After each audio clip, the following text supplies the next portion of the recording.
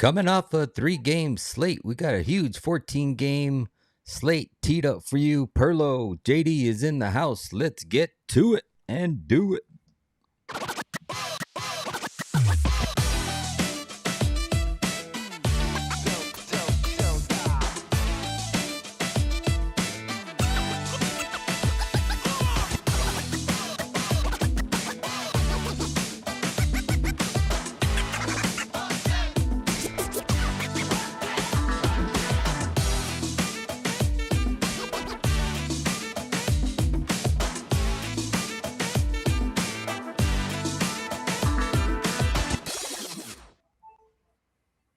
Hello, everybody, and welcome. Thank you for tuning in. I am your host, Exotic Wagers, and we are holding another special episode of Rico and Pearlo's House of Exotic Picks Frolic. Like I said, we have a 14-game slate teed up for you on Thursday, April 9th. Should be a exciting one. We got tons of NHL action, meaningful games, pretty much, I would say more than 85% of the slate. Would you guys agree? Yeah. 200% of the games. Yeah. I 14 think we games counted slate. all but 2 games. I think 12 of the 14 all had some sort of playoff implication. Yeah. Should be a really good day for hockey. We got some really good matchups. And I think everybody will be involved, so it should be good for props. It should be good for angles. Plus, we also get a chance to, you can blow your brains out tomorrow because no games on Friday. Oh, yes. Yeah. That is right. But then we will be right back at it for probably a good Saturday. I haven't looked that far ahead to see how many games are on Saturday, but 14, I think. 15. Yeah. 15. Yep. So it's like the tide coming in, and then it goes out for a little while, and we're going to have a drought, and then it's going to roll right back in. So, but yeah, I mean, and we got a hot start here in Edmonton and San Jose. It's 1-1. Salabrini and McDavid on the board early. Parlay is looking pretty good there. Hopefully the long shot comes through. Damn, Jack Quinn failed me on my earlier parlay today. I had him just for 2 shots in my parlay, and it looks like that's going to be the only leg that died because it was to win a fair good amount of money. It was let's see what it was, a plus a 993, but it was Jack Quinn 2 shots, JT Miller point, which we got the Ovechkin 3 shots, we got the Ryan Leonard 2 shots, we got the Tom Wilson point, and then the McDavid 3 shots. I think he's already got 3 shots. So Quinn, is he really? Holy crap! I think he's got 2 or 3. He may have already 3. Every shot matters. So if he's got, don't tease me. Well, Edmonton's got 6 shots total. No, he does not have 2 or 3. He has only 4. Got 1? Oh, and 4. and the entire team has 6. Has 7. Oh, 7. They're at 7. 7. I think we're a little behind, but yeah. Oh, and that was a McDavid shot. That was a McDavid shot. That's funny. Yeah, he's already cashed his shots on goal parlay. Yeah. But yeah, Quinn was the only leg there that failed us, or else we'd have another 9 units in pocket. But that's the way the cookie's been crumbled. But like I said, I got that 5-unit parlay yesterday, so we are up on the week to start the week. Hopefully we can continue to trend that way. Oh. According to Bet Rivers, it's 2-1 Edmonton. Yes. And hopefully McDavid is still on the ice. I think he's got the puck with him right now. And he just dumped it off. Oh, no, that was the Nuge. Oh, McDavid. Get it to Pat Colson. Yeah, it's McDavid. Oh, yeah, I need they're on the power play. So. Yeah, I need a Savoy point. That's what I need.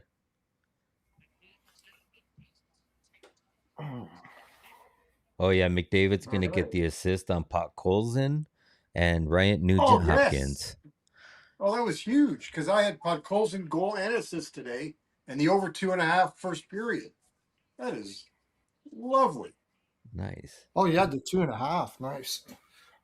Yeah, I had I just had both teams to all score and three over one All and a all three half. three cashed in the games one this game. all three games in the this year it had at least 3 goals in the first period. No, I had the over 6.5. It's looking pretty good. Hopefully, I San did the Jose's Matty good. Rob special. So the night is looking Oh, good. shoot, I should have did that. Yes. What did I do? I forgot all about that today. Yeah, There's a I lot should going have Yeah. on. done it McDavid's for got sure. 2 points already. If you took that straight, Pot Colson's got 2 points. Bouchard's got a point, and the Nuge has got a point. That kind of makes me pissed off because I was gonna put the Nuge in the parlay for a point, but I decided to put Savoy because the value on him was better playing on the same line Yeah. with McDavid. So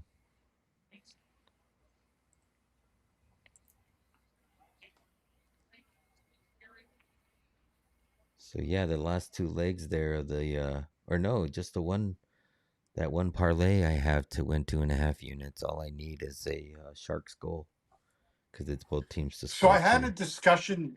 I had talked to a person who works for a team today, and I was asking him about his thoughts on the 3-2-1 point system and would he like to see it.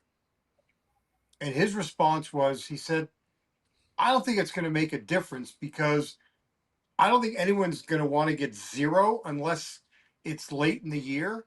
Because the only way, he goes, I just think, and we talked about this, my philosophy, like for that Jets Seattle game, unless you can't afford to give a point to the other team, he just said, I don't think see the incentive for someone to try to win in regulation.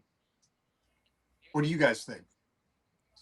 Mm, I mean, for me, I think it would make it interesting at the time of the year, like right now, where Well, no, right now. yeah, Right. like No, he what? said like at this time of the year, but he Mm-hmm. said like for the first, 60, 70 games, Yeah, it's I not, he just said no one's gonna give up. You would rather come away with one than zero. I think you're gonna have a bigger dispersion and separation between teams and not so much bunched up in a points crunch going into the playoffs, and you'll have better teams that Right, will be able to separate themselves, but I don't think it'll make that much of a difference. but the point being is that teams aren't gonna give up the idea of trying to win in regulation. His feeling was is that you're not gonna risk winning in regulation for and potentially coming away with 0 points when you could just get the game to overtime and Uh, guarantee yourself one. how do you feel, Perlo? Um, well, first of all, I don't think it's going to happen anyways because I think this is they want teams to stay in as long as possible, and it's a money Sure. decision. So forget about it; it's not going to happen. But if you're going to do it, I I haven't thought deep about it, but I remember somebody saying, if you're going to do it, just make 0 points for a loss, and that's it. So you get 3 points for regulation, 2 points if it goes into overtime, and one if you win in a shootout. And if you lose, you get 0 points. That's it. Yeah, yeah. Well, I think there's less of a chance of that passing than just the 3-2-1 system. Well, it's definitely not going to pass. Yeah, absolutely. So I don't know. So I, You could be right about the 3-2-1 too. Like they're still going to want to get a point. Everybody still it could play the same way and still get that point, and it wouldn't change much of anything at all. I think you're right. yeah, I think whoever you were talking to is probably yeah. accurate on that. I haven't thought deeply enough about it, but I think that's probably accurate that that would be the I just case. thought, it was Yeah. the first time that someone brought that part of it to my attention because, there's people we've debated, yeah, we should go to 3-2-1, but yeah, I think that to me made the most sense of why you wouldn't go to 3-2. So if you go, okay, say if you lose in regulation in the 3-2-1, you get zero, right? No. And if you lose, If you lose in regulation, yes, you yeah, get you 0. get 0 points. And then if you lose in overtime, the one team gets 2, and the loser gets 1. Right? Correct. That's what you and or I mean, shootout, because think either about or. it. Look, when we were when I was growing up, They're still we going had to play ties. for the point. They're still going to No, play but for you the had point. ties. But you had Yeah, ties. no, Game didn't go to yeah, overtime. yeah, yeah. So, And the problem with that, of course, is the third period gets really boring because they just play for the draw. So well, okay, but now the third period in many cases gets boring because they're just trying to get it to yeah, overtime. And yeah, overtime to me has become less exciting. Like I would love to see a rule change where you're not allowed to bring the puck out of the offensive zone on your own. Like just to I think there it should either be a stoppage or a turnover. I Because agree. Yeah, overtime used to I, be exciting. yeah. Like if you're in the offensive zone and you bring the puck back over the blue line, the whistle should Yeah, be blown, and you yeah, and the face off should be in your zone, in the offender zone too. something, That's what I think something, should happen. Something like that. something. It, so in other Because words, you're gonna have a face off in your own zone if you do that. yeah, I mean, Yeah. there was too much of that in the Kings Nashville game that I was at on Oh, Monday. The Kings just kept because what teams bringing are the puck trying to out. do is they're trying to keep the defenders on the ice for as long for and try to tire them out and then go for a goal. And it's Well, taking way. the other thing that one coach said to me, he thinks, and he's like, he goes, I've never asked. He goes, this is just his thought. He thinks the teams would rather lose in a shootout than overtime Yeah, because he feels that there's a psyche to that. it's more of a There's coin much flip. more there's more no, but there's also more. It's more of a letdown to lose in overtime than it is in a shootout. He Yeah, feels. that's true too. A psychological thing too. Yeah, yeah. Yeah, And I think it's also more of a coin flip than in the more of a coin flip. Like so. totally agree. And if you've Totally got agree. really good shootout guys, like some teams have really good shootout guys, so they'll try to get to Who shootout was because it? they think. Oh, like Yuri Lettinen for Dallas many years ago. Yeah, I, Was I I don't was know. there? I'd have to see the shootout records for teams, but I bet you there is, and there's that. So yeah, I don't Oh, I think mean, it's what teams are fixable good? What teams are good? in shootouts specifically. Yeah, Well, I, Buffalo's 5-0. Pittsburgh's 3-10. The Jackets are yeah. 7-2. There you The go. Devils are 4-1. Colorado's 3-6 in the shootout. Hmm. Vegas is 1-7. Anaheim's 8-0. Yeah. Just to give you an idea of some of the teams. Yeah. But the So whole point, see, like to your point, used to be that it would just be a draw and you wouldn't go into overtime, yeah, right? And the right. whole You each get a point of point. that was supposed to be that in the third period, people would go for it. But now it's still the Well, same no, problem. no, no. Perlo, the point It's of changing it up was that the league wanted to have a winner.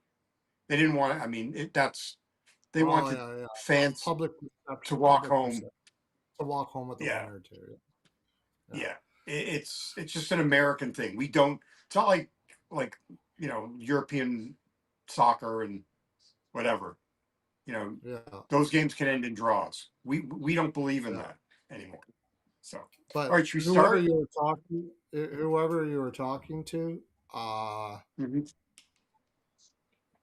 whoever you were talking to, I would I would kind of I get it what they're saying. It probably wouldn't change much at all.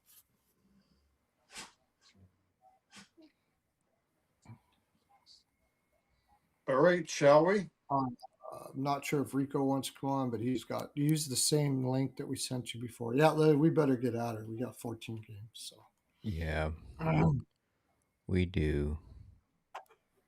We do. We do. All right. Let me get this set up real quick. We'll be ready to go.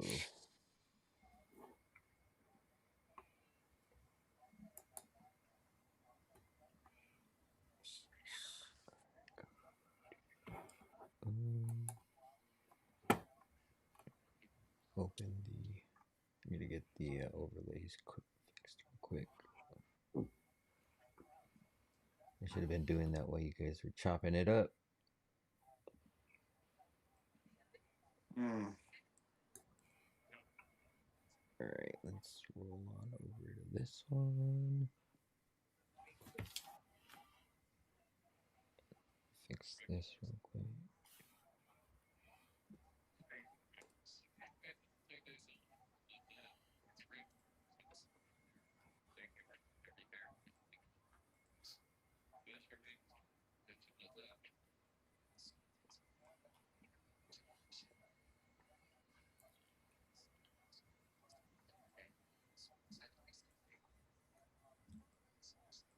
Live editing, gotta love it. Who was that comment? What's that? Who was that live broadcaster that said, "Fuck it, we're gonna do it live. We're gonna do it live." You guys ever see that? He was all pissed off because they threw something on him and he didn't want to do it. And he's like, "Fuck it, we're gonna do it live. Let's just fucking do it live." He was all pissed off. It was pretty funny. Oh man! I see that. Was it a sporting event or news or? It was news, like local news. Yeah, it's pretty funny. Yeah, if I find the clip, I'll have to send it to you so you can check it out. It's pretty funny. Shoot. Okay. All right, I'm ready to roll. Rock and roll. All right, first game on the board. We have the Toronto Maple Leafs on the road, plus 205, also on the back end of a back-to-back. New York Islanders minus 255. Over-under is set at 6.5, minus 120 to the under. Toronto is 32, 32, and 14 on the season, 14, 19, and 6 on the road. Isles are 42, 31, and 5 on the season, 21, 14, and 2 at home. Head-to-head between these two teams, the Islanders have won 7 of the last 10. 6 of those 10 have trended to the over. These two teams have seen each other twice this season. First in early January in New York, where the Isles won that one 4-3 in overtime. Isles took the last one there 3-1 in Toronto just about 2 weeks ago, a little over 2 weeks ago. Toronto is 3-5-2 in their last 10. 4 of those 10 have trended to the under. Toronto's coming off of a shutout loss today, 0-4 versus Washington at home. They're also on a 3-game losing streak. This will be their first game, only game on the road, and then they will head right back home to take on the Florida Panthers on Saturday. Islanders are 3-7 in their last 10. 6 of those 10 have trended to the over. Islanders coming in on a 4-game losing streak, most recently losing 3-4 in Carolina. In Carolina. This is their first game home of at least a 4-game homestand, and they will play again on Saturday when they take on the Ottawa Senators at home. Yeah, it's Pete DeBoer's debut. Yeah, it's coach bump. That's and Toronto doesn't have anything in them, man. I don't think they took it easy today so they could beat the Islanders. I mean, it's kind of hold your nose and take Islanders in regulation or team total over, but the team total over is 3.5 is minus 130 already. So that tells you what the books. How are the Isles in the first period? Anybody? Yeah. Well, I would expect to come out jumping, wouldn't you? Yeah. But, yeah. Islanders' first period puck line would contextually probably is good, even if they're not the greatest first period team at home. I think they're probably average. I'll take a look for you if there's anything special. I got it here. Islanders are 13, 13, and 11 at home in the first period. Yeah, that's what I thought. It'd be contextually speaking, it's a good play. Yeah. I mean, can you parlay team total and money line? Yeah. I mean, that's what I would do. Yeah, I've done that before. On certain books, you can Probably not all books, but Yeah. I'm pretty sure you can. Especially the I mean, two I and a would look. half. You can parlay the 2.5. What 2.5? Like, yeah, Islanders team total over 2.5 in money line. Is that what you're talking about? No, well, their total's 3.5, right? But you might be able to Yeah, do it on Rivers with the slider the Oh, 3. Yeah, with the 3 maybe. Yeah. or a 2.5. It might not be great odds, but with the money line's pretty shot too, right? It's like I already put a north of little bit 200. on the regulation at minus 130. I don't do that often, but I really think the Islanders are going to blow them out of the water here. Like, are they going to go back? Are they going to call a goaltender up to give him a shot, Toronto? Because Wall played a lot yeah, you could play Hill to be because tomorrow. Hildeby. I wouldn't doubt if it's Hildeby tomorrow. I mean, the over 3 is minus 230. Yeah, Yikes. the books are saying a lot there,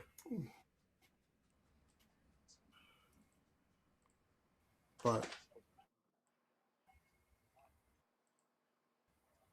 Yeah, Bet Rivers does not allow you to combine team total. Well, the 3 at least. and I think the captain. I think Horvat for points, even over Horvat over 1.5 points, shots and everything. With the new coach, the captain's going to take the wheel. And Toronto had Tavares played. Well, the only one that played today. They have nobody up the middle to stop him. Domi. Tavares is old. He's an old guy. He played harder than anybody today. So I could see Horvat going nuts tomorrow. Horvat ATG over Rich one and a said half points. in regulation and over 2.5 is minus 120. Really? But you got to play it. Where's But you got to that at? play it in reg. And just Oh, in in reg. regulation, Yeah. just in regulation was minus 130. Just in regulation was Well, minus Bet 130. Rivers is At over least when I got it. 3.5 at minus. Bet Rivers is over 3.5 at minus 125, and then if you parlay it with the money line, it's only minus 113. So Yeah, Rich Maybe usually throw plays a little bets bit on 365. Islanders team total over first period. yeah, First period. It's like you said, with the new coach and everything, they're going to come barreling out in this first period. I wouldn't doubt that they get split between that and the puck line. Puck line going through yeah. my mind. I'll grab something. I'm going to grab something with Schaefer. Oh, you know what's been pretty solid is this 3+ shots. Well, Yeah, I was just Probably reading shot. today that Schaefer and the family of Schaefer, not just Schaefer, the family of Schaefer was really mad that Waugh got fired. He loved Patrick Waugh. Wah, okay. wah, wah. Yeah. So would that increase or He's got the decrease? type of character. He's got the type of character that he's not gonna like have a letdown. I don't think. I Yeah. mean, look, not to be morbid, but that guy's gone through worse shit than this. Exactly. Yeah, that's true. Yes, absolutely. Yeah. Wait, minus 180. What's the in regulation price? Money's come in on Toronto? Oh, no, that was first period. Okay, first period. The puck line is plus 130.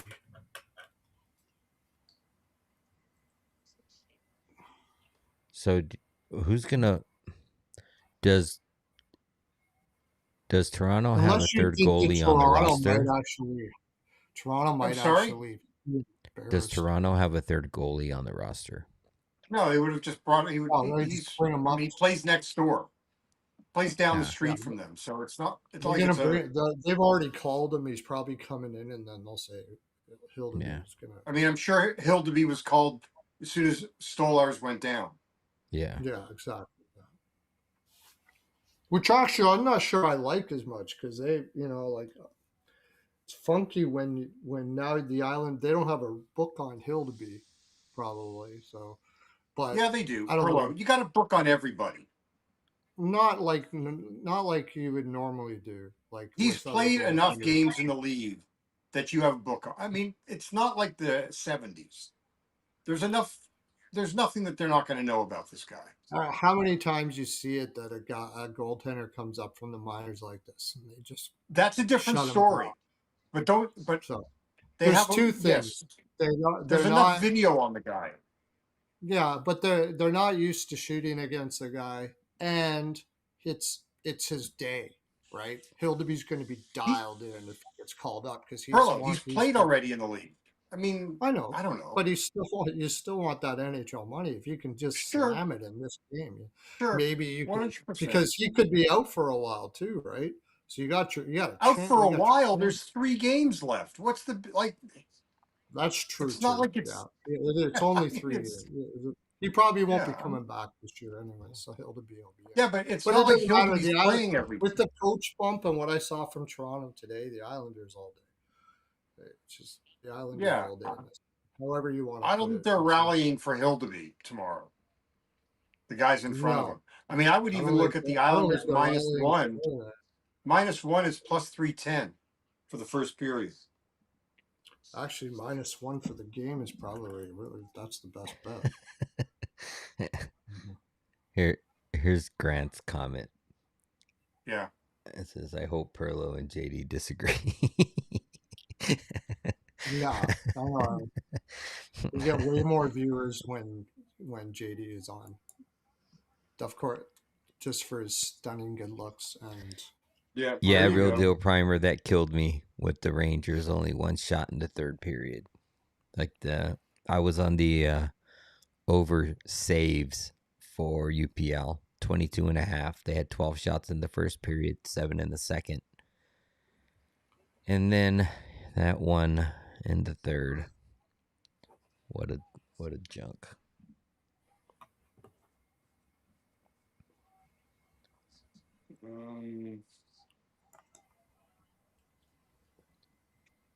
Yeah, as far as Schaefer's kind of fallen off for shots, but he did play 2 teams that are good high suppression teams. Horvat is pretty solid for 3 shots on goal versus them, but I'm assuming his line's probably going to be 3.5. Let me see what else I can dig up before we move on to the next here in a second. I'm taking Horvat stuff for sure. And actually, you could look at some players that were maybe blacklisted a little bit by law, but I don't know if there really was anybody like that were in the doghouse. Is there any Well, the one players? guy that I mean, got traded to St. Louis, and I didn't even know he got traded to St. Louis, and that was Drouin, but he Drouin. was doing nothing. Yeah, Hey, did anyone know that Drouin got traded to St. Louis on the deadline? Like I did. you did? I knew I don't recall. they did that for Shen. Yeah, telling you, not getting much better with Shen. He might do good What? for the first little while here, but it'll fade off. I like that Richie says both teams to score 2 or both teams to score in the second period is plus 135 live. Yeah, I just don't know if I trust Toronto with anything. No, I was saying this game that's on right now. Oh, yes. One yes, guy, yes. one guy that he kind of didn't really give a lot of chance to is Simon Holmstrom. They're putting. It looks like Heineman's going down to the third line, which where he should be, and Holmstrom's getting a chance here. So maybe you want to look at Holmstrom, Horvat, and Lee. I believe that Heineman was up on the top 6 almost all year with Law.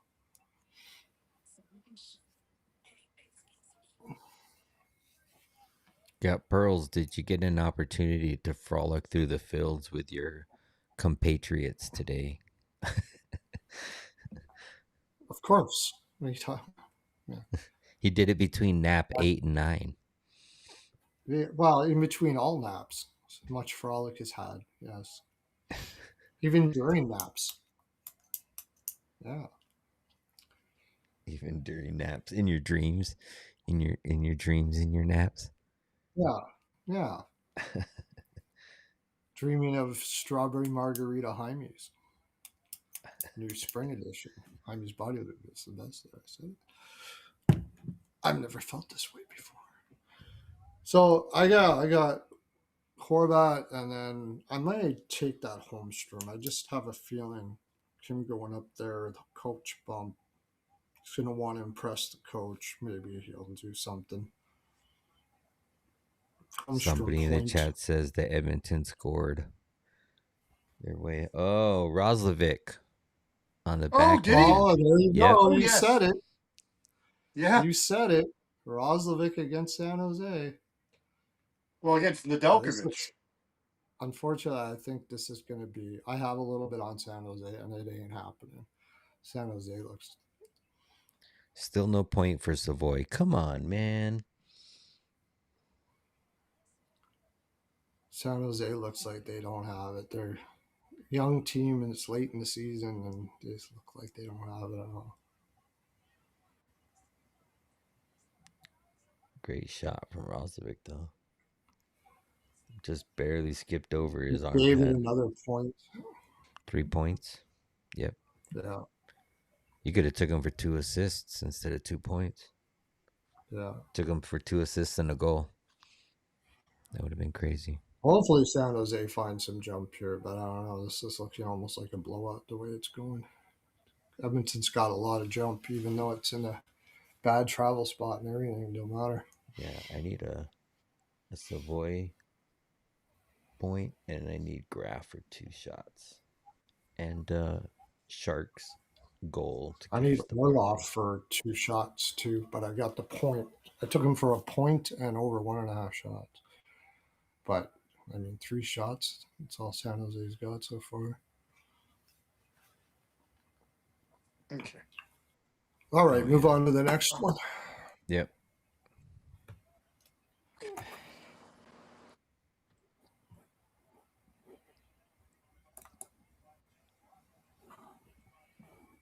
Oh, Sharks scored.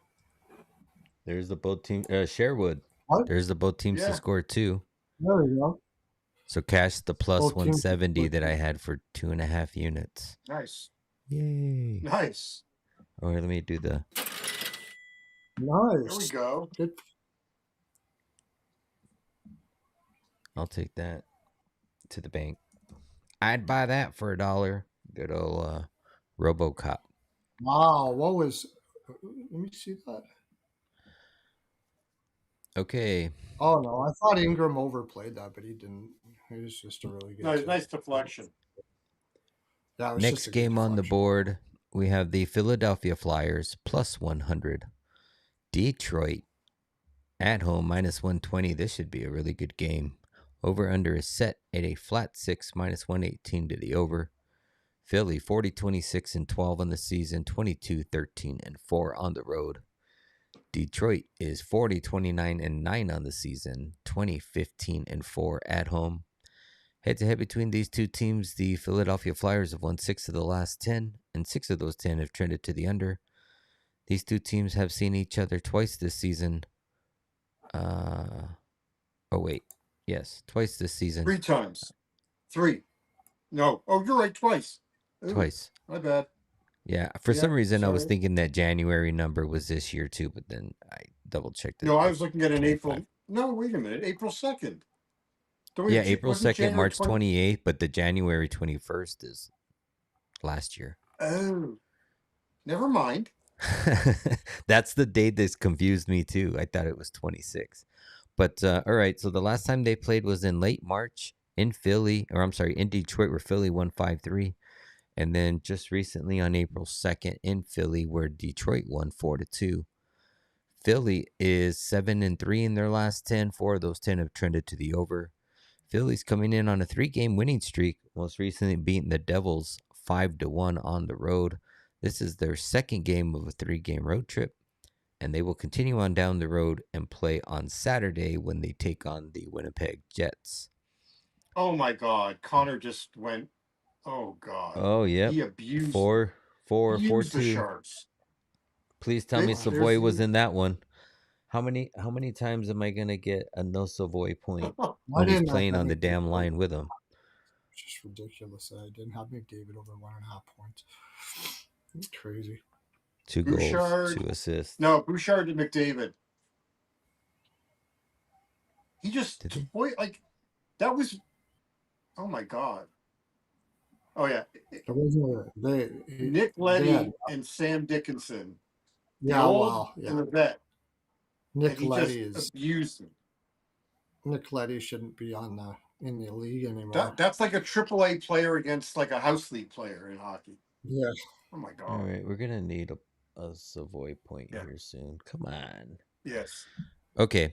Where was I? Detroit 3-6-0-1 in their last 10. 5 of those 10 have trended to the over. Detroit's coming in on a 3-game losing streak.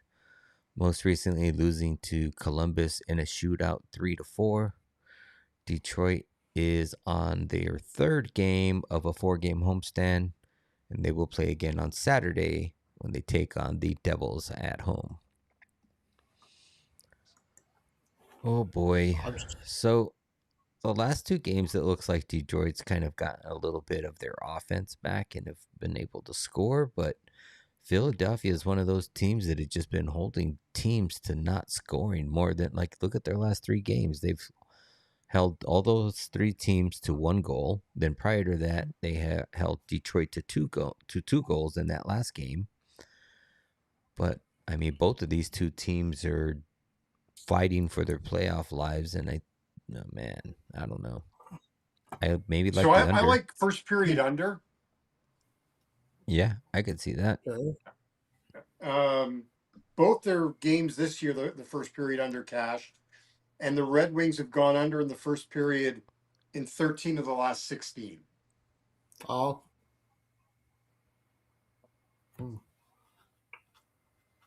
Oh, Artur Oktyanov gets the start for Toronto tomorrow, confirmed by Berube. There we go.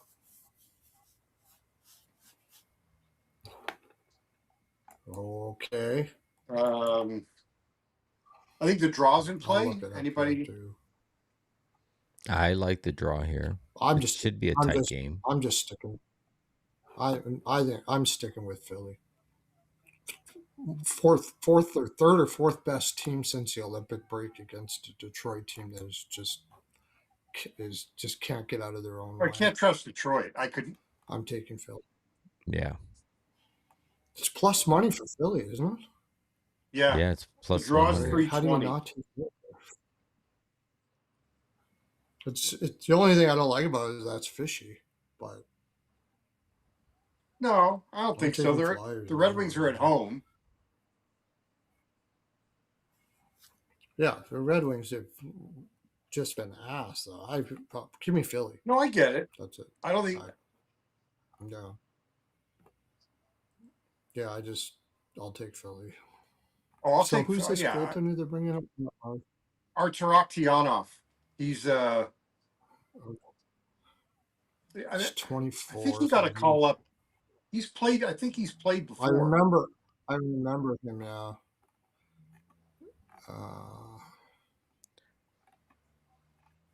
I see Justin saying, let's go back to Porter Martone. I mean, this is the game that he had 9 shots on goal on 14 attempts. Oh, wait a minute.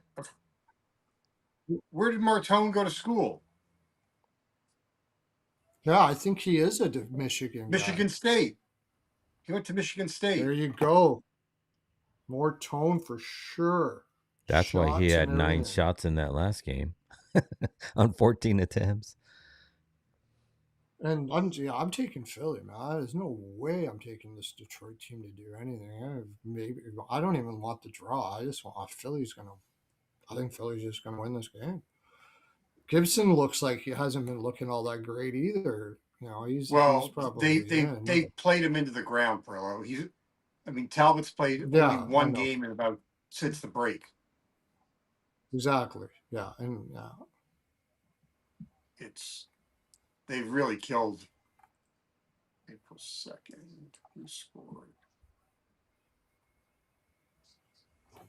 I Well, can't they believe the Red Wings changed it. beat them the last time.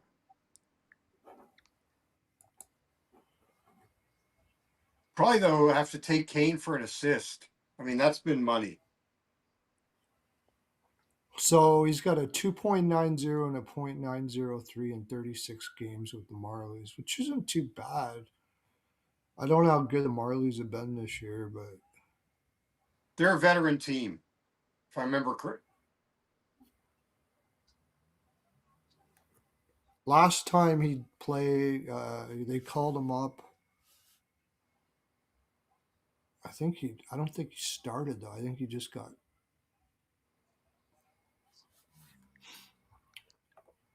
So Come on, Savoy. I like it a little less because they if they have any pride, they'll play hard for that rookie kid. Like they don't want him to get lit up like that. But I mean, that's about the best You I really can think say. that? You think I this team is still playing say with any the pride right Islanders. now?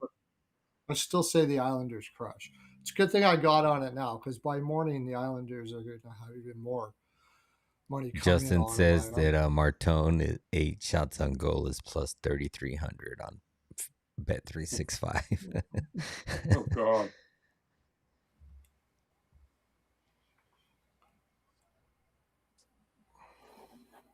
Yeah.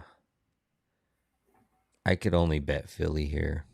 I'm on Yeah. with Pearlo here and JD.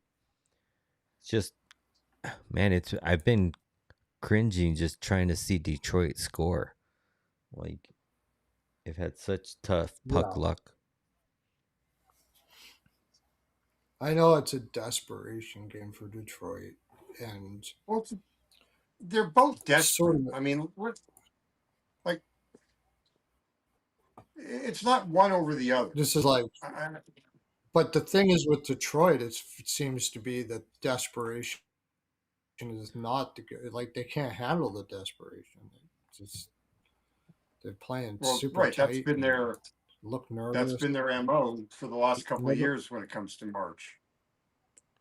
yeah. Well, there's only one player on the team really that that has been in these situations. That's Kane. Maybe Falk a little Yeah. bit now that they got him. Besides Tyson that, there's nobody. Foerster over 1.5 shots has been pretty solid. Yeah. Yeah. Yes, Little, that is a definite for sure. All right. Thanks for reminding me about that. it's a little That was my juicy, that but was my opinion. what I'm gonna probably do is take. Oh, let me see. They're at home, right? Yes. Okay. Yeah, that's what I'm gonna do. I am going to take probably Dylan Larkin, but I got to take his alt over 3.5. Okay. It's probably going to be plus money. He has been in his last 3 games. He's had 4, 7, 1, and 5, but in his home games, he's had 6 of the last 7 with 4 or more shots on goal, and 7 of the last 10 with 4 or more shots on goal, all at home. And I think in tight games where he tends to start shooting a lot, especially in a meaningful game like this. And DeBrincat doesn't have good head-to-head history, although DeBrincat has been consistently covering at least 3, not necessarily 4, what his line is. But I trust Larkin more. I mean, Larkin should be down. Does he play net front most of the time, or is he skating around? No, not on that line that he has. I think they got Raymond back. You talking about the power play? No, just more in just general play. You know, because there's usually like somebody that likes to sit net front and just try to deflect shots from. But yeah, I don't know. I just think he's going to shoot more. If I'm going to play anybody for shots on Detroit's side, it's going to be him because Philly's really good at shot suppression, but I think Larkin will supersede that. I'm just gonna keep on going with that first over shots. If it's over 1.5, it's money. He's money right now. I don't know. It might get unplayable here soon. Go to a 2.5.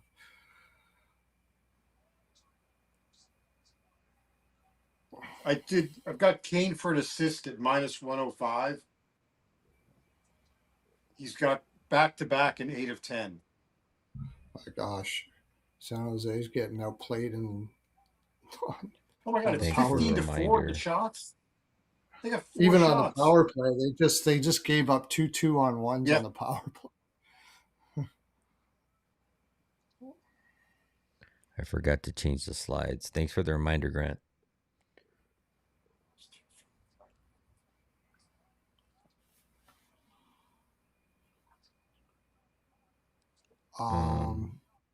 But yeah, I like the under. I do like the first period under.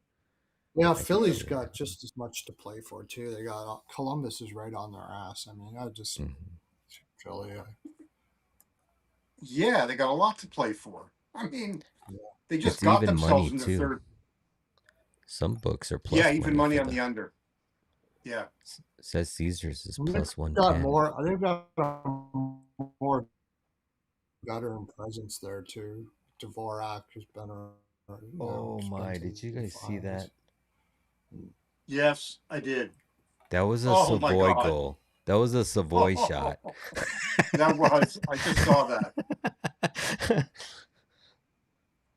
No I saw that luck puck there. and I'm like, I hope Savoy was involved in that. And then they show the replay and it's his shot. I'm like, you gotta be fucking kidding me. That's funny. Okay, are we ready to move on? Ooh, got anything else? I like the under. I like Philly. Yeah. Yeah, I don't mind the under.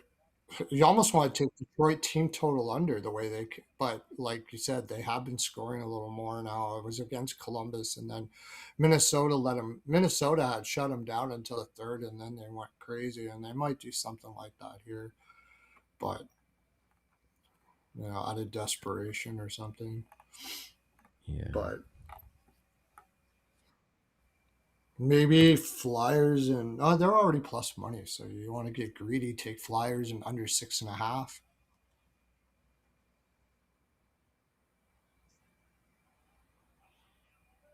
Yeah, I'm playing first. Yeah, it's not bad. Hang on, I gotta go I gotta quickly grab something here. Start. have at it. I'm ready to move, Pearlo. You want to go to the next? Yeah, go ahead. Yeah. I'm just looking at that next game to me has a really fishy line, but we'll talk about it for sure. Right. Because I immediately just want to bet the Pittsburgh Penguins against the New Jersey Devils. Okay. I know what I got on that one. I already bet something on that already. Probably Jack Hughes shots, something like that. Although I think he has not covered in the last 2 games versus Pittsburgh when I looked, but he has been solid as of late. All right, we got Pittsburgh Penguins -106 dog on the road. Devils at home -113. Over under is set at 6.5. -106 to the over. -114 to the under. You might be able to find a flat 6 there too, probably. Pittsburgh is 40-22-16 on the season, 20-10-8 on the road. Jersey is 40-35-3 on the season, 2016-3 at home. Head to head between these two teams, they were an even 500. They are also an even 500 on over-unders. These two teams have seen each other 3 times this season. First one was won by the Devils 2-1, and the last 2 was won by Pittsburgh 4-1. Pittsburgh is 6-4 in their last 10. 8 of those 10 have trended to the over. Pittsburgh is coming in off of back-to-back wins versus Florida, scoring 9-4 and 5-2. This is their first game, only game road trip, and they head back home to play the Washington Capitals on Saturday. Jersey is 5-4-0-1 in their last 10. 4 of those 10 have trended to the under. Jersey is coming in on a 1-5 loss. Oh, did McDavid just score again? He just did. He's got a hattie. Well, we should have bet the Hattie. 5 points. Yeah. Why Somebody wasn't why please weren't we tell me betting the that second period over too? I Savoy. wasn't paying it.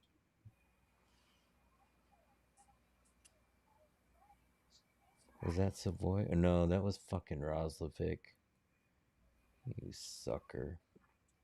Oh, McDavid was trying to pass it, and it hit off of somebody's stick, Orlov's stick, and it went right into the goal. He was trying to pass it to Roslovic. He didn't even give us a chance to bet the Hattie.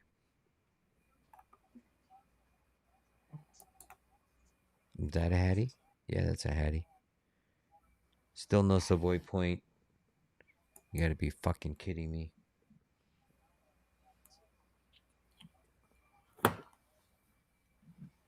But, I need to call in Graf 2 points, and the entire team's only got 7.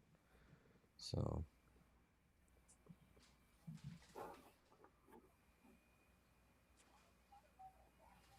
Crazy. Okay. Yeah, I said Jersey is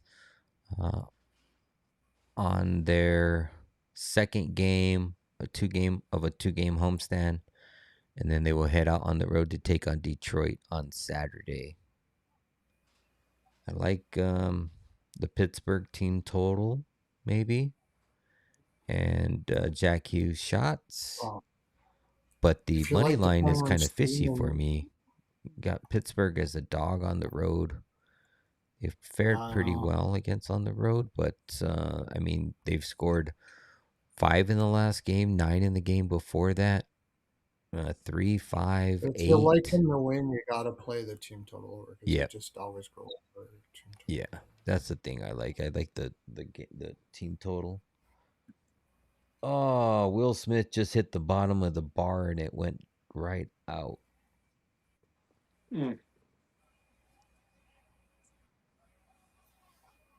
Man, was this over free?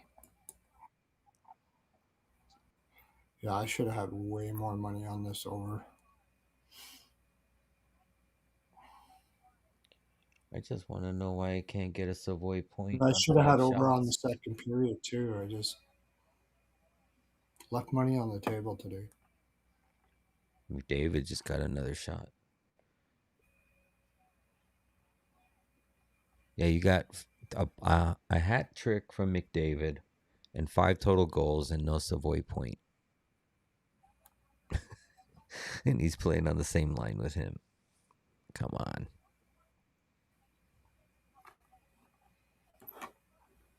Yeah, I seen that, Rich. It was right on the bottom bar, and it just shot right out. If the Sharks can start shooting, Ingram doesn't look too solid, actually. So they can just get shots. Yeah, that's the thing. It's like I mean, for me to hit that long shot parlay, all I need is Graf 2 shots and a Savoy point. That's the only 2 legs. The entire parlay was McDavid 2 points, Savoy point, Orlov point, McDavid 3 shots, Graf 2 shots. Both teams to score 2 and a Celebrini point.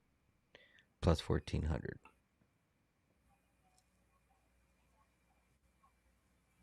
There was this one, because they lost to Philly. Somebody had in the chat, there's a New Jersey, or was it in the chat or something? I can't remember what it was. But when they scored 2 or less, their record the next game is like the same kind of record that they have without Hughes in the lineup. I can't remember who it was that was saying that, but that had that. I can't remember what it was, and they only scored 1 against Philly. Whenever they score 2 or less the previous game, their record the next game is brutal. But I took over 6 in this game. Pearlo, they scored 2 against Philly.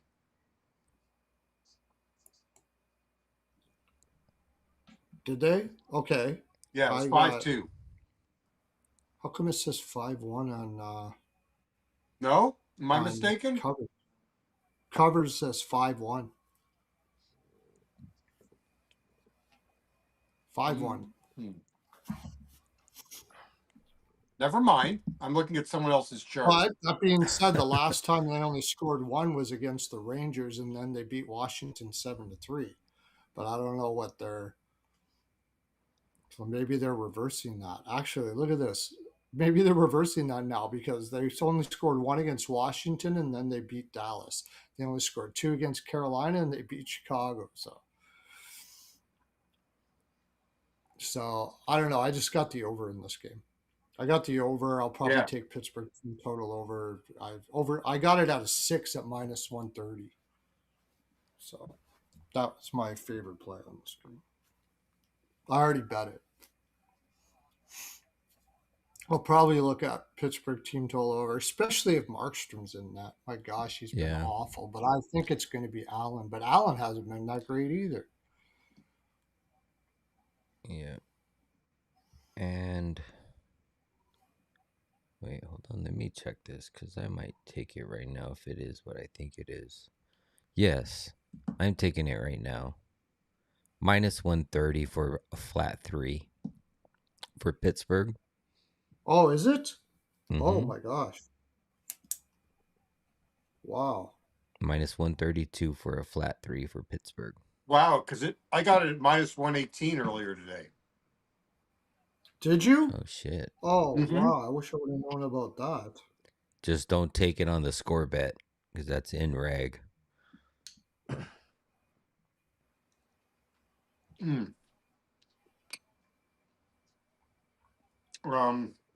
Yeah, I wonder if MGM has it. Doesn't say it on here.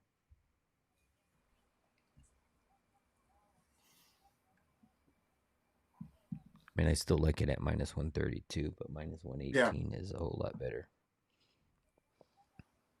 Oh, the Masters starts tomorrow. The Penguins are 10-2 on a 10-2 run for the gift. Oh, really? Yeah. I think Jersey's on an over first period run, if I remember correctly. Which is not normal for them. But I think this is going to be roll out the puck and go here. I think this is an over. I support it at 6.5. I don't think this is going to be a tight game. The only thing, like head to head, the last couple they have been like under this total, like the 6.5 the last 4 times they played, but.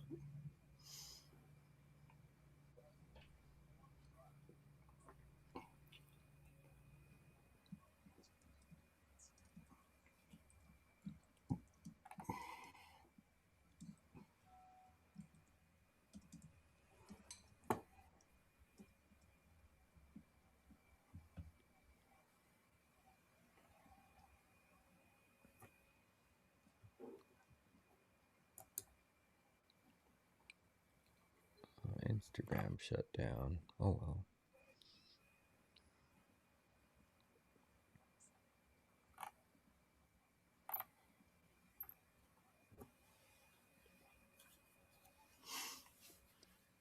But yeah, I like that. -132 for a flat 3. I think they at least push that at minimum. Yeah.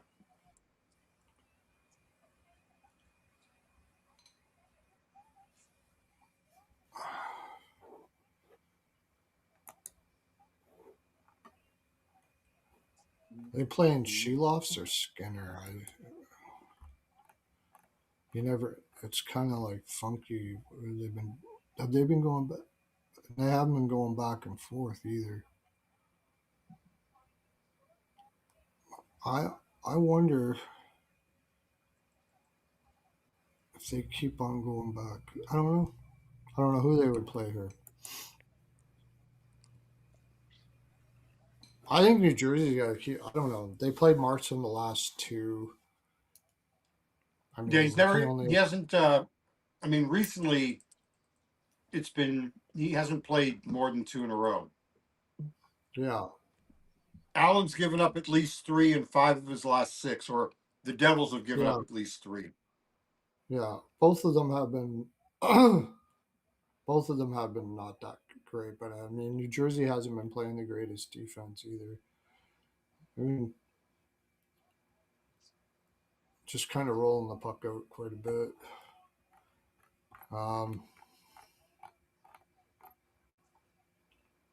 Yeah, 5 New Jersey. Just Yeah, against 14 of the Montreal. last. Montreal was dead on their feet, and yeah, and the game before that at home, they've been pretty much an over team. Against Philly, I think that I got that at a 5.5, and that went over, and I think this goes over. Over 6 is my 14 of their biggest. last. 14 of New Jersey's last 18 games have had at least 6 goals. And Pittsburgh's over record is ridiculous. It's like 15 1-1. 15 Yeah. 1-1 the last It's like the 17. biggest over in the world. I should put more on it, actually.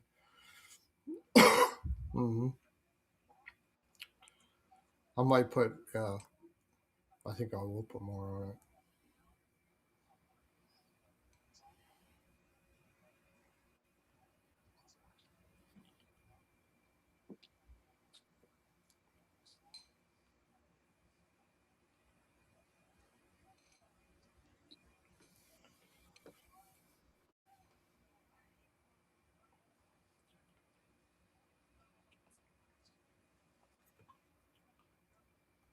All right, move to the next one. Well, I mean, prop wise, Raquel has been going crazy.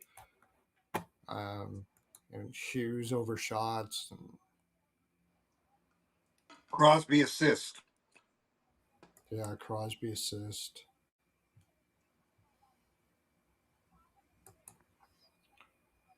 Are they? Shinnikov has gone cold.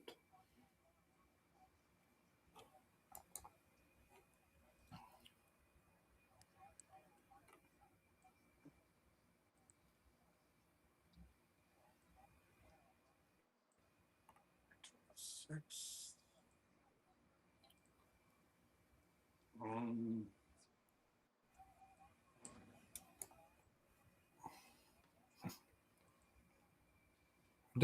They switched their lines up. Why did they do that? Nobody's hurt. Why? They were doing so well. Why would they switch their lines up? They got Raquel playing at center. Yeah, he's with played center the Novak. last couple of games. Has It's it been really good. It's worked out really well. All right. Well, I guess it's fine then. Yeah, go ahead. I know they were supposed to call you. They couldn't get a hold of you. He's probably having a nap. Probably. They could be playing Murashov here, or they just brought him up too, and that guy is freaking good, man. I know his numbers don't look spectacular, but he's going to be a damn good goaltender. They could be playing him here. Why would you think they're gonna? You don't think They they just just brought brought him. him here to back up for an injured goalie? Could be backup. I don't know. Hang on.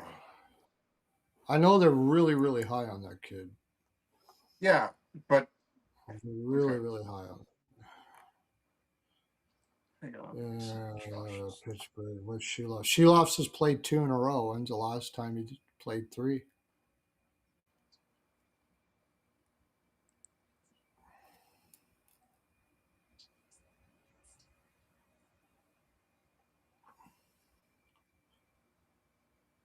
Took a lot of rubber in the last Florida game, not the one before. Okay, so here's what's going on. So all 3 Can you goalies watch are it open? traveling.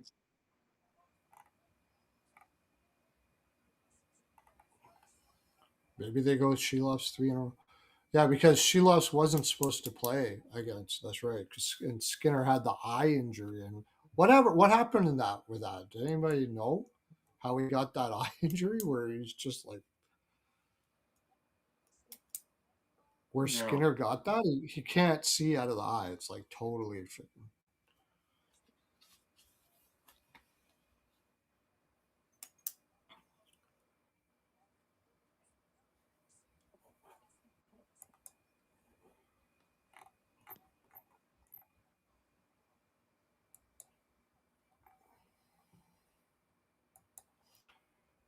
New Jersey shots for has gone down. Oh yeah, but that was 5-1, so they're not going to shoot a lot. They didn't. Montreal wasn't making them shoot. Before that, they shot a ton. Pittsburgh.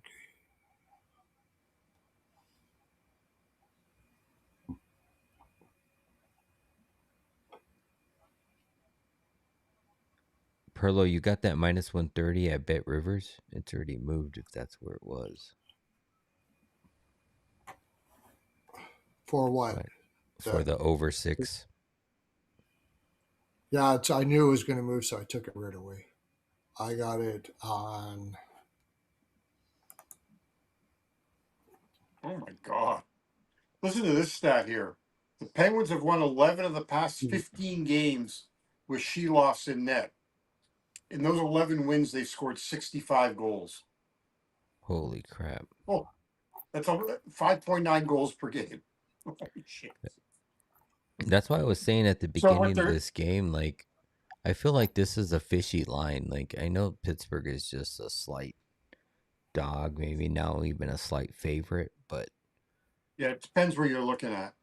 yeah, it doesn't seem right to me. It seems like I know Pittsburgh's on the road, but they should be a slight favorite in my opinion. New Jersey will. Depends what book. New Jersey will be playing hard in this game, though. They always play hard against Pittsburgh, but I still think you got to take Pittsburgh. Hard to.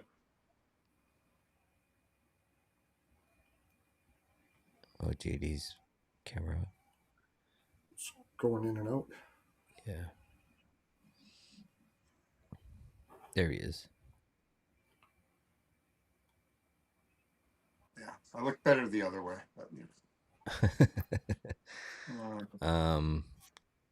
Yeah, I like your I mean, it depends what book you're in. yeah. I like your Ricard Raquel point parlay, maybe. Maybe just do it with him and Crosby. Yeah. I would even probably throw Hughes in that mix. The Jack Hughes, not Luke Hughes. Yeah.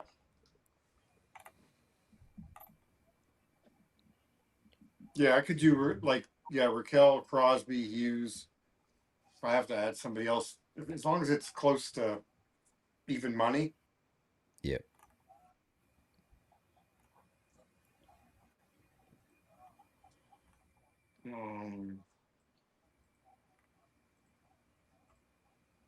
So Hughes has covered his over 3.5 in 6 straight. And in 5 of those 6, he's had 5 or more shots. He's averaging almost 9 attempts per game in his last 10. Yeah. Head-to-head wise, he has not covered that in the last 2 games. He's only had 3 and 2.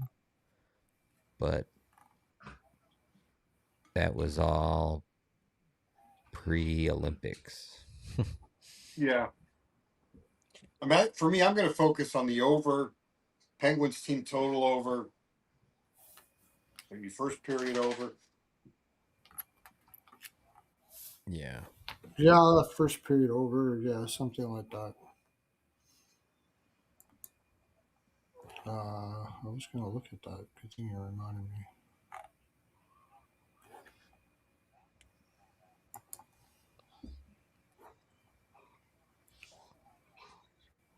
I think Penguins have been really doing. At home, they've been doing always scoring a goal in the first period. I know that. They've scored a first period goal in 4 straight, 6, 7 of 8, 7, 9, 8 of 8 of their last 10. And at home, 1 of 3, 2 of 4, 3 of 5. Timothy took the Grand Salami. Did anybody take the Grand Salami? Yeah, I did. I didn't put enough on it, but I did take it. Yeah. I brought it up in the chat. 19 and a half. Just needs one more. I put it in the Ice Guys chat. Oh.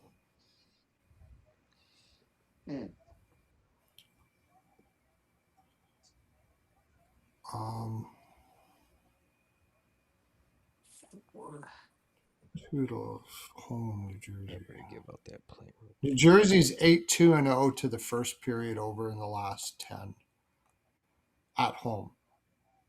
And Pittsburgh's 6-4-0. So yeah, I'll take the first period over too. Better get on that right away because it's probably going to be too juiced. Well, I may just do 1.5 and 5.5. Yeah, do that too. Yeah. Yeah, I like that.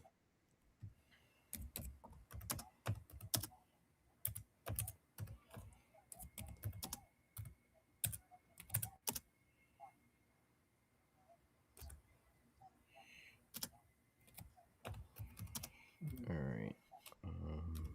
Shall we? Yep. Yeah. Lots of games to get to.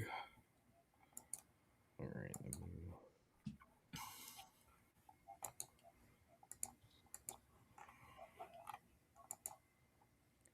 Let's take them. It's minus 140 for the first period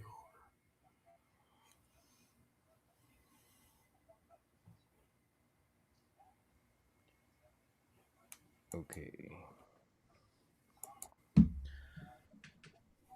Next game, as we are moving right along, fourth game.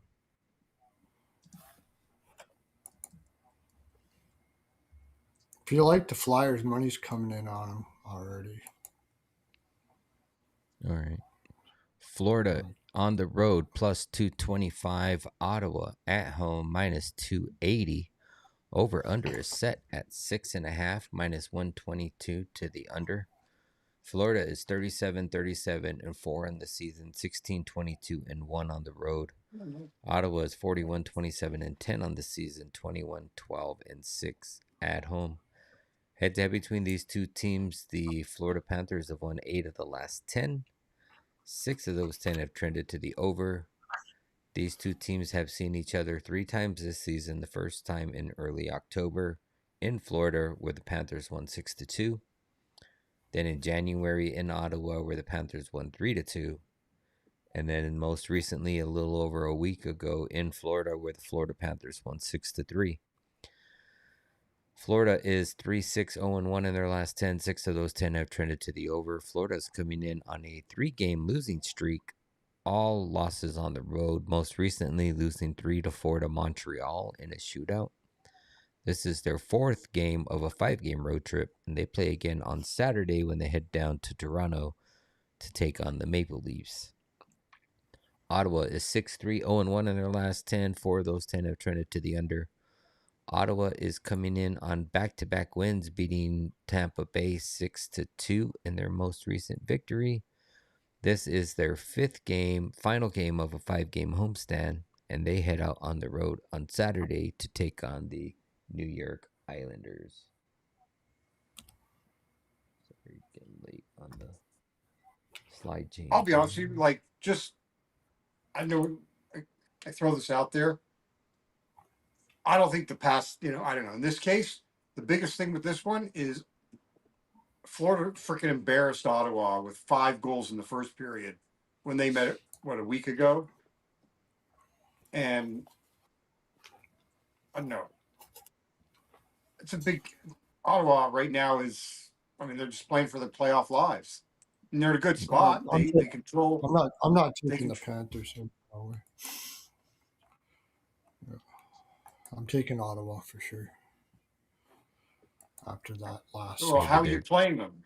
Your team total? You're not taking.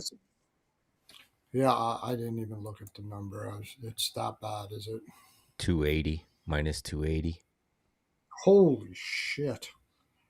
Jesus, that is fucking nuts, crazy.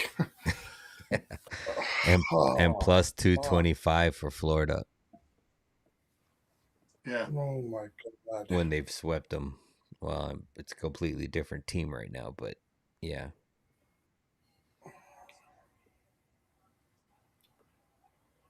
What do you do here? I mean, you can take Ottawa's team total.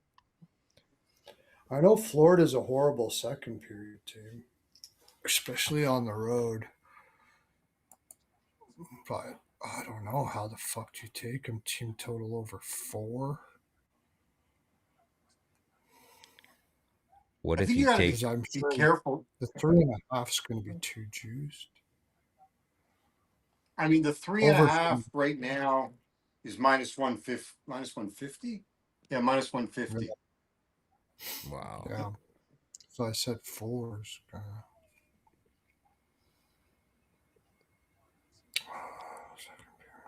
I would even be worried about Ottawa. Like I was thinking about taking Florida's team total under, but Yeah, I did that the last time. Didn't go very well. no, and that's making me more lean to the over 6. Like you gotta. It's a 6.5 at plus money, so you should be able to find a flat 6. 6 at over a quarter. MGM is showing 6 minus 125. I mean, 2 of the Bet River's 3 actually this minus year went 150. over. Yeah, Florida's only won 1 second period in their last 10. I'm going to take Senators second period puck line. That's one thing I'm going to take. Yeah. I'll be taking props in this game. Probably that's it. I'm not taking a side or a total. I think Brady should have got over his shots. They took one away. I thought I had it. Brady over shots against his brother. Or points. Oh or yeah, the whatever. Bash Brothers parlay. 3 shots, Yeah, 3 shots. Maybe I could Yeah. get behind that. It fell short, I think, when they met the last time, because Did it? pretty sure. No, I cashed it. Fuck. The It 3 did and cash. 3. I can't. Oh, Mm-hmm. maybe that. Okay, maybe it was the goals that we didn't get. But also, like, I mean, he should play, but it says that Matthew is day to day. Oh, really? They might be just sitting everybody now too. Well, they are sitting pretty much everybody now. Yeah, like even if they sit, especially if they sit Matthew for this one, could have a legit injury, but he also could be just. No, he's out. Just be Matthew's like, out till the 11th. He's out till Saturday. He may come back tomorrow, but it shows him projected. Oh, he's till out. Saturday. He's not even playing. That's why the line is the way it is. Oh Elkblad, Lundell, Jesper Reinhardt, Boquist Tkachuk, and Barkov. Ryan and Greer is a second line. Oh, we got to go I with think I wanna take- return to the Mac. Yeah, Gotta go with Mac. Samiskevich. Yeah, he'll be doing all the shooting, or at least whatever Ottawa allows. Yeah. All right. Forsling over shots again. Did he get it last time? Oh yeah, the shoot on that. ML Kid needs a graph assist to cash a 80-1 same game parlay. Oh wow! Oh, Holy crap! Let's go. Yeah. I hope he gets 2 shots and then he shoots it again, and then somebody gets the rebound and puts it in. Because I need 2 shots from Graf, and I need a damn point from Savoy. All right, I'm ready to move.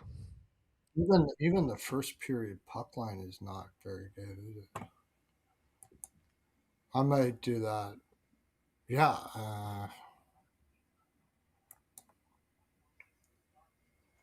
It's plus 120. I'm gonna puck line. I'm gonna puck line the periods.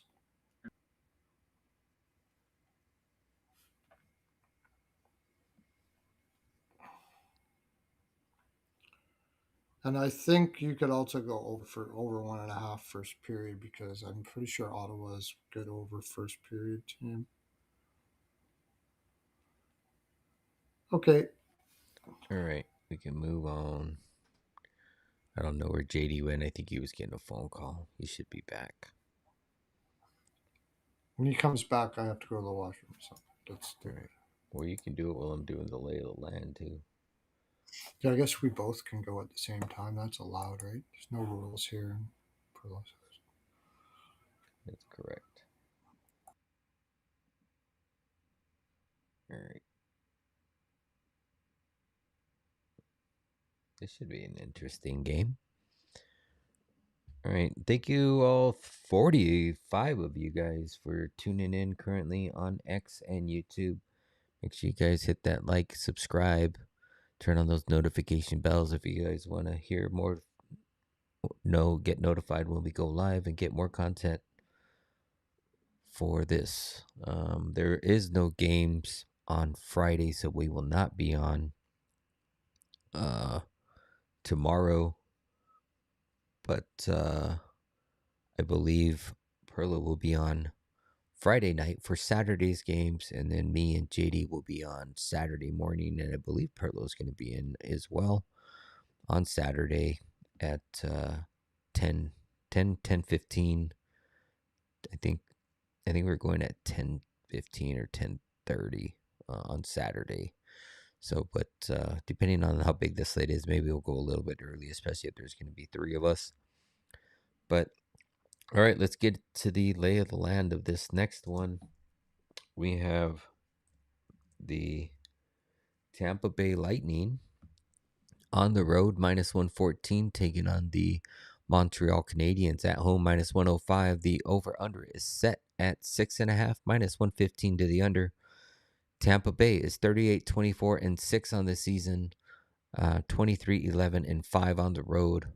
Montreal is 46-22-10 on the season, 23-14-2 at home. Head-to-head between these two teams, the Lightning have won 7 of the last 10. 8 of those 10 have trended to the over. These two teams have seen each other 3 times this season. First 2 games were won by the Bolts, 6-1 and 5-4 in a shootout. And the most recent game was last on March 31st in Tampa Bay, where the Montreal Canadiens won that one 4-1. Tampa Bay is 5-3-2 in their last 10. 4 of those 10 have trended to the under. Tampa Bay is coming in off of back-to-back losses. Most recently getting rolled on by the Ottawa Senators 6-2. And they also lost to Buffalo just a few days ago as well, 2-4. Tampa Bay is on the 3rd game of a 4-game road trip, and they play again on Saturday when they head down to Boston to take on the Bruins. Montreal is 9-1 in their last 10. 6 of those 10 have trended to the under. Montreal's coming off of a 4-3 shootout win versus Florida. This is their 3rd game of a 4-game homestand, and they play again on Saturday when they take on the Columbus Blue Jackets.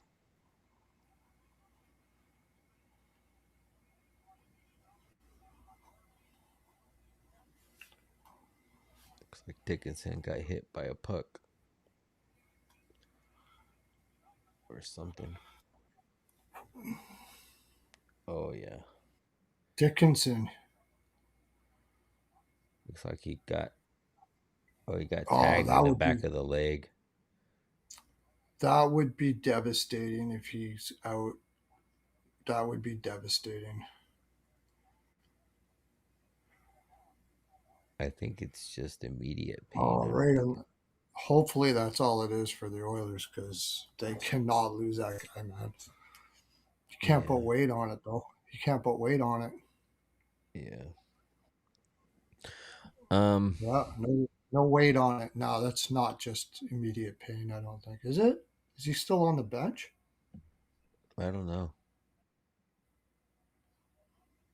I can't see that. That doesn't look like just immediate pain stuff. That looks like something serious. This game's tough. Yeah, I think as far as the side, it's a fucking toss-up. It's a coin flip, and the book's kind of tying you there. It's pretty much even money. Maybe slight favorite to Tampa Bay, right. But I mean, are you gonna have my gut says still Montreal. out? Let's see. So you got Hagel and Sorelli are still day to day. Yeah. Although it does say that they are projected to come back tomorrow, but for instance, Hagel's been projected the last 2 games and he still hasn't came back. I think this one, if he, I mean, if he's already been projected, I think this one is they're kind of saving him for it. Who's that? Hagel. Oh, The Hagel Bagel. I Sorelli's mean, this not could be another projected. Sorelli's out. message sending game for Tampa. Yeah. Yeah. I mean, this could be a first round matchup. Right now, it is. Yeah. And yeah, you're right. Yeah. Rico, he says Slavkovsky and Cole are still looking for their milestone goals too in this one. Wait, Cole. Who? Caulfield? Oh, Caulfield. Yes. I've heard of him. Definitely feels like the game that Caulfield would get it. Definitely feels like the game that Caulfield would get it. It's here. Yeah. I can definitely tell you that if he doesn't get it in this game, he will probably get it on Saturday against the Blue Jackets. Yes. Yes. Although the last time those teams played, that was a nail bite. Yeah, it was. That was the 3-2 game where Marchment missed the empty net. I mean, I did Demidov and Slavkovsky point parlay in Montreal's last game. That's been profitable for me. Tobish versus Vasi. Let's see. When did they? When was the last time? Oh, here it is. I'm missing all these games. So these guys played March 31st. Oh, and both Slavkovsky and Caulfield scored in that March 31st game. Yeah, take them both. One of them scores, you'll be profitable. I don't know. Yeah. Caulfield's probably going to be just slightly over plus money, but Slavkovsky will be good money.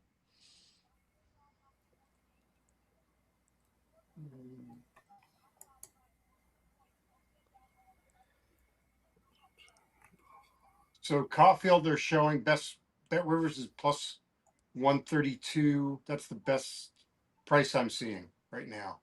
Everyone 110 is the would be the next best price.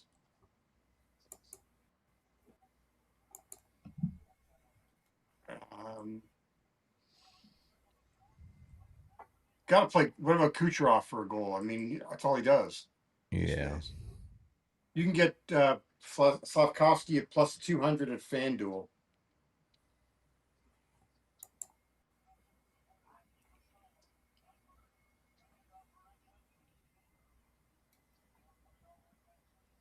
Let's see. Do I have any props in this one?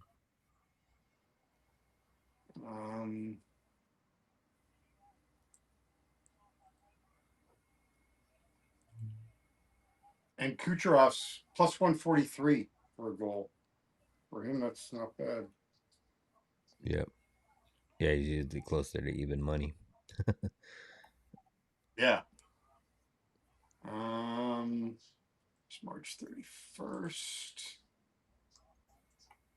Okay. Caden Goulet's out, but not injured? What's that all about? Not sure.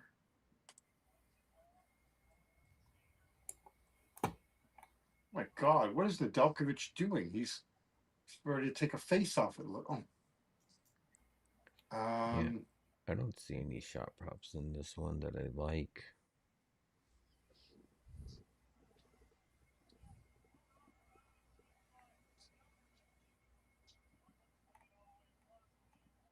Yeah, there's no one on Montreal that has any numbers that stand out against Vasi, which is no surprise, but Yeah. just nobody does. And you did a point parlay with Demidov and who?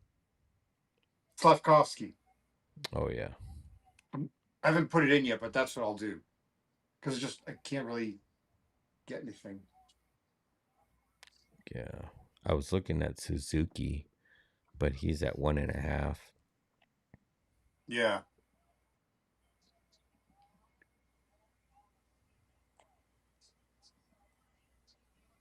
All right. Yeah, as far as a side or a total, I'm conflicted on both. I'm probably just gonna look at a few props and get out of this one. I think that game can go either way. Montreal's looked good. Tampa Bay's, they're struggling with a couple injuries. They're on back-to-back losses, but at some point they're gonna turn it. Yeah, the playoffs. Yep, that for sure. Yeah, I mean, I would lean Montreal here just simply because Tampa's done this a lot where they coast into the playoffs. I lean Montreal. Rico makes a pretty good point here. I don't know if I can try doing that. The line might be up before this game starts, but if you wait till like 30 minutes before this game starts and take Slavkovsky for a goal and then take Caulfield for a goal on Saturday and parlay them together. Mr. Friday night, Mr. Saturday night. Yeah. Something like that. Well, Mr. Thursday night. Yeah. Oh, that's right. Thursday night.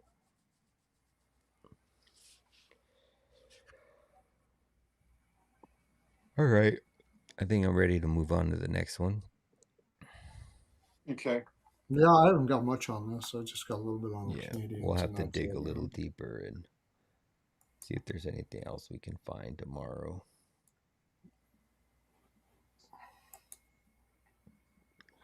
Okay. Oh, wait. Is it this game next? It is that game next. All right. Oh, I got to do the damn thing. All right. Next game we have is the Columbus Blue Jackets on the road plus 108. Buffalo at home minus 130. Over under is set at 6.5 minus 124 to the under. Columbus is 39, 27, and 12 on the season, 19, 16, and 4 on the road. Buffalo is 48, 23, and 8 on the season, 25, 10, and 4 at home. Head to head between these two teams, the Blue Jackets have won 6 of the last 10. The over-under in the last 10 are 4, 4, and 2. These two teams have seen each other twice this season. Both times they were won by the Blue Jackets, 4-3 in a overtime win, and then most recently on January 3rd, where Columbus won that one 5-1. Columbus is 3-6-0-1 in their last 10. 4 of those 10 have trended to the over. Columbus is coming in off a 4-3 shootout win versus Detroit, breaking a 6-game win streak or lose streak.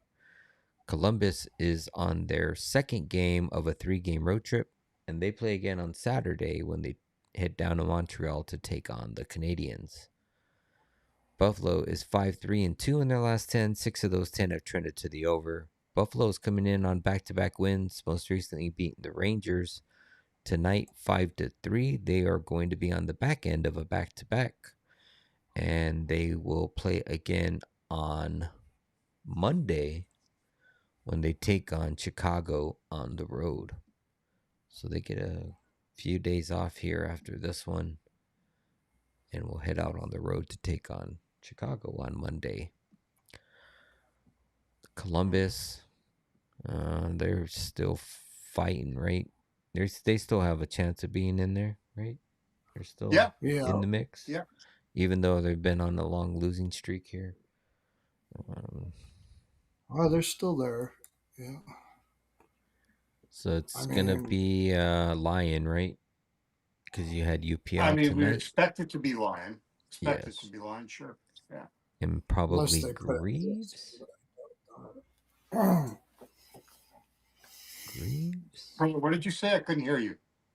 Unless they put that Ellis kid in or something, but I doubt that very much. So it'll be Lion, yeah. Yeah, and Greaves for the Blue Jackets, You said probably. Lion hasn't been I don't playing very know. well. I do wonder if they would go to Colton Ellis. I mean, Lions' last three starts, Buffalo's lost It's 6-2, so bad. 5-2, Yeah. 6-5 in overtime. Yeah, I know. And that's kind of what I like here, anyways. I don't know. Um, it's hard to take Columbus. I mean, it's just because they beat Detroit. Can't take No, Columbus. no. I mean, because if it's Alex Lyon, I'd be more encouraged to take Columbus. But I don't like only plus 110. I would play over if it's Lyon. I would take, if you're going to take Columbus, maybe they can catch Buffalo off guard in the first period or something like that, coming off the Well, road. Columbus is 6-1, 6 of 7, and 10 of 13 to the first period over.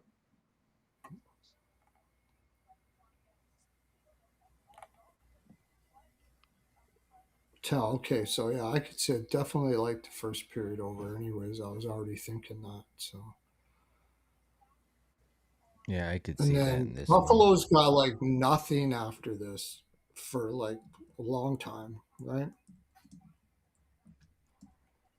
They got like 1, 2, 3 days off at least, so they Yeah, can they're drain it off here. on Monday. They don't play again until Monday. Yeah, so they can. Yeah. There's no reason why they can't drain the tank here. I like over for the game too. Columbus is going to be Yeah. desperate, or should be desperate. I like over for the game, and maybe The last I three don't think first periods with the back Lyon. to back matters here when they've got nothing else to play for after this. Like they have no game after this, so they'll just drain it. Yeah. I mean, they're playing to hold on to first place. Oh shit, you can get sixes. Oh, for sure. Minus 120. Yeah, absolutely. I can't see this being an under.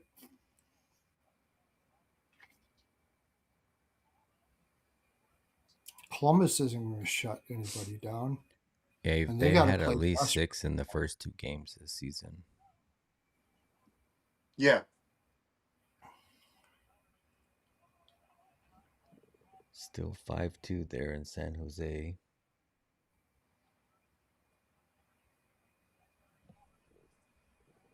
Kraft getting 8 shots.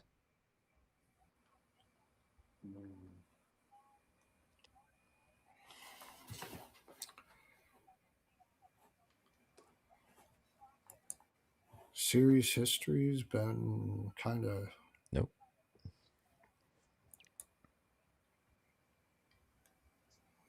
back and forth over under. Man, that's all I need is 2 shots and a Savoy point. With Lyon in, if they do put Lyon in, Columbus before that Detroit game couldn't score to save their lives. It's about the only thing I'd be a little bit concerned about.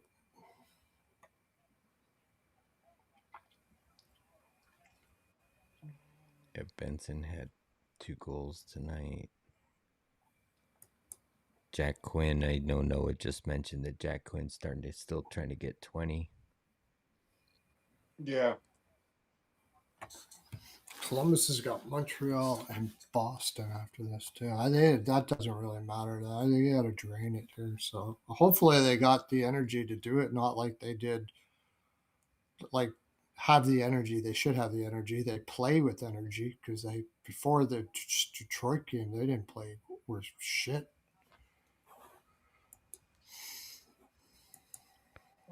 They'll probably keep Jesus these is lines down with from it. 750 to 490 for the Heart now from this morning. Yeah.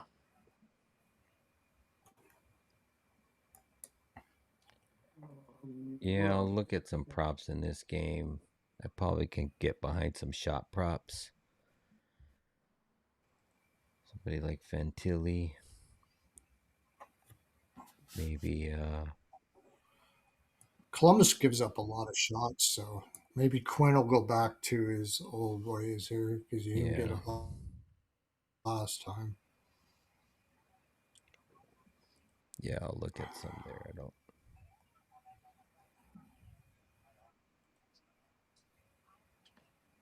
All right. Are Look we at the ready to lineup move they on? have. Sillinger, Fantilli, Kent Johnson, Marchenko, Coyle, Garland. Yeah. Over 6. Over 6 and for over first period. Maybe the special.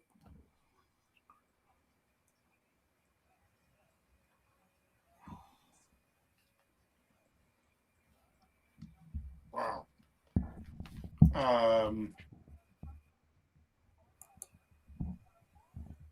So depending upon who's in goal, where is it here? If it's Elvis, Tage Thompson's got 5 goals in 3 games against Elvis, and Alex Tuck's got 4 goals in 4 games. Wow. So just keep in mind if Elvis does get the start. Yeah, that'd be great. Then you just take I that and be mean, done I with think it. a lot of people have pretty good numbers against Elvis the way he's been playing. No, not really. not this, not this year, They've but only played 4 games. lastly.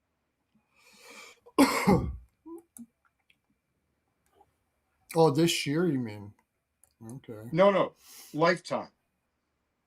I'm just Oh, looking at the lifetime. Sabres' current roster against Elvis, and no one's got more than Right. 4 games. I know, but yeah, I mean, Elvis has been asked for a lot of those games. It's a little better now, but still, I think they could. You're right. They could feel confident with him. I'm I mean, leaning to the Sabres team total over, but Thompson's if got, it's going to. let's see, did he score in that last game? Oh, he's only in 1 goal. Thompson's got 11 goals in 15 games against Columbus. Yeah. And it's been a minute since he scored, I think. Let me see. How long has it been? Yeah, 4 games. I think Biden was president. He hasn't scored since March 31st. Not that long ago.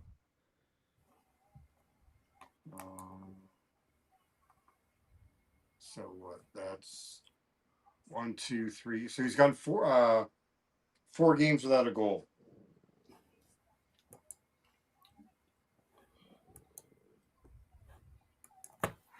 What's his so now you got me like thinking here. What do you want to do that for?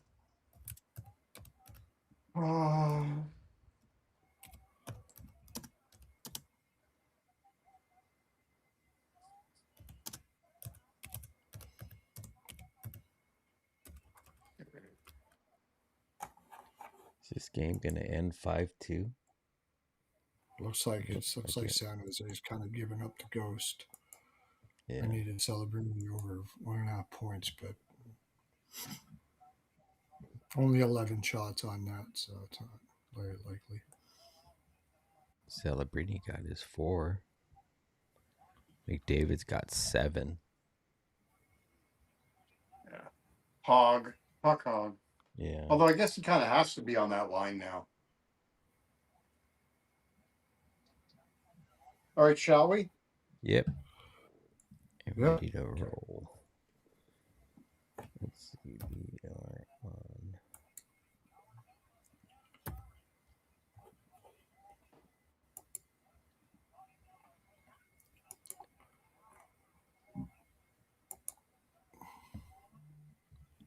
All right.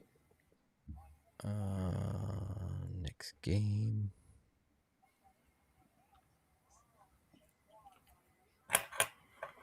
We are now in the 8 o'clock slate Eastern. We have the Winnipeg Jets minus 113 on the road. St. Louis Blues at home minus 106. Over under is set at a 5.5 minus 114 to the over. Winnipeg is 34, 31, and 12 on the season, 15, 17, and 6 on the road. Blues are 33, 32, and 12 on the season, 18, 13, and 7 at home. Head to head between these two teams. The Jets have won 6 of the last 10. 6 of those 10 have also went to the over. These two teams have seen each other 3 times this season. The first game was won by the Blues 1-0 in a shutout. And then the last two were won by the Winnipeg Jets 3-1 and 3-2.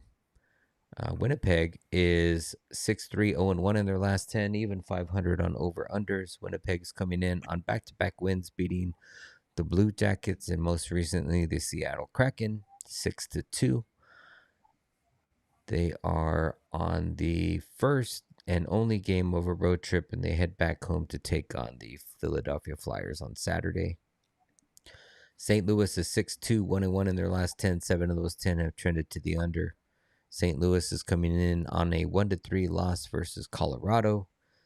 This is their second and final game of a 2-game homestand, and they will head out on the road to take on the Blackhawks on Saturday. I want to bet the under, but it's at 5.5. Probably won't get there, but 3 straight have went to the under.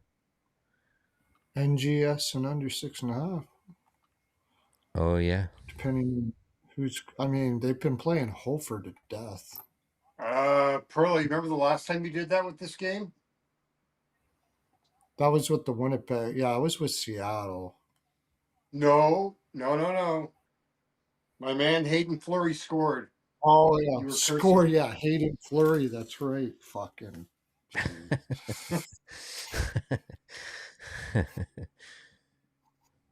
Yeah. Hayden Fleury went into a flurry. Well, Still no, makes sense. It's pretty he's much got- like a playoff game, too. he's got 3 goals on his first 6 shots against Jordan Binnington. So I don't know if Binnington's in net tomorrow. I'm on Hayden Fleury. Wow. Hollaback's going to play his bazillionth game in a row, I would imagine. Who's that? Hofer's Hellebuck? Hollaback, yeah. He's played like, what, Yeah. 7 or 8 in a row? It's a good question. One that deserves an answer. Man, that's ugly. A Robert Thomas assist is minus 140. That's horrible. So That's 7 straight and 10 of 11 for Hellebuck. Yeah.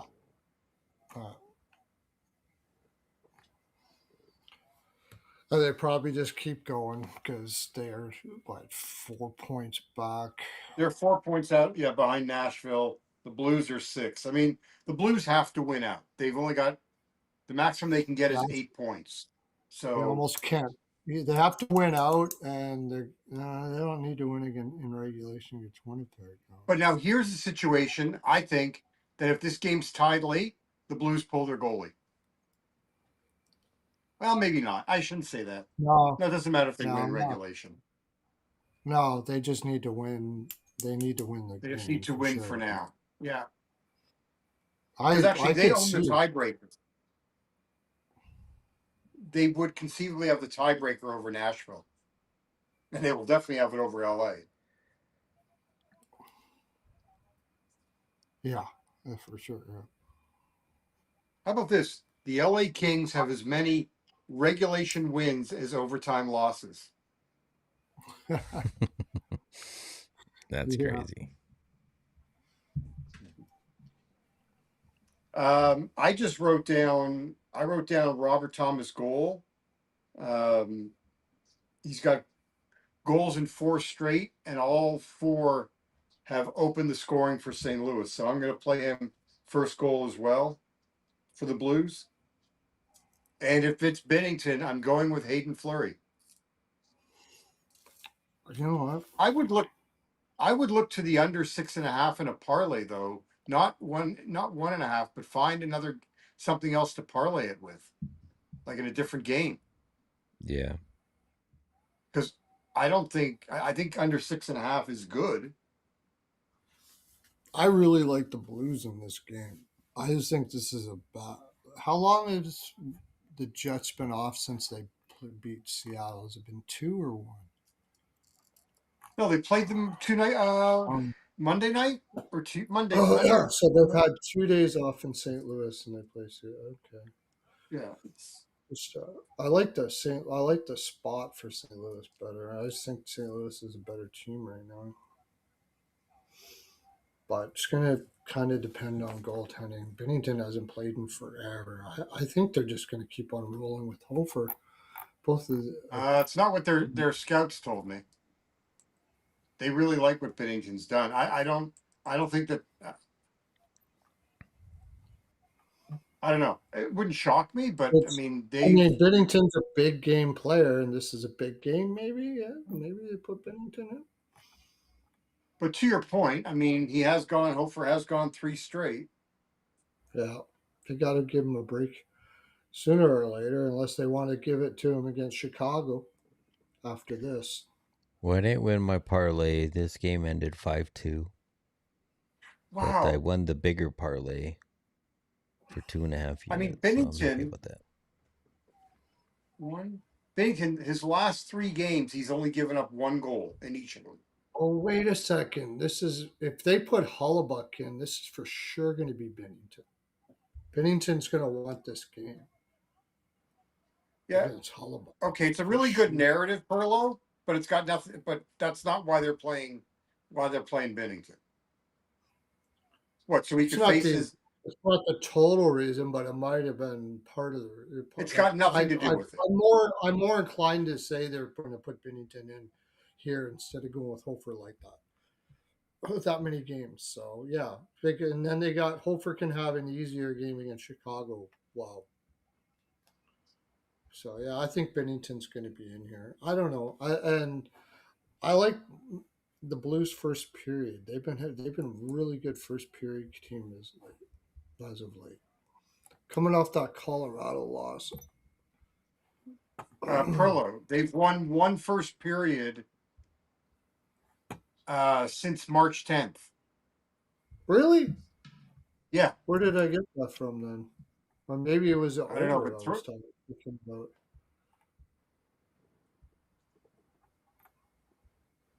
Where did I get that from? 12-9-17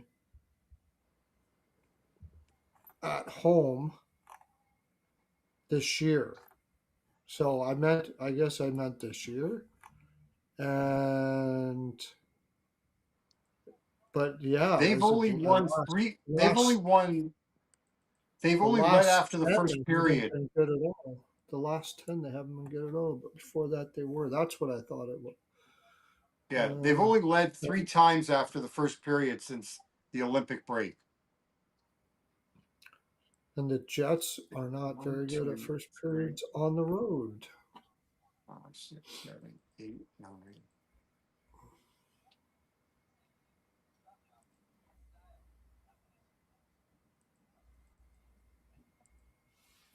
You are right though. The Jets are 0-3-1, 0-5-1. The Jets are 0-5-1 in their last 6 first periods on the road, and prior to that, they had led at Anaheim and San Jose. Yeah.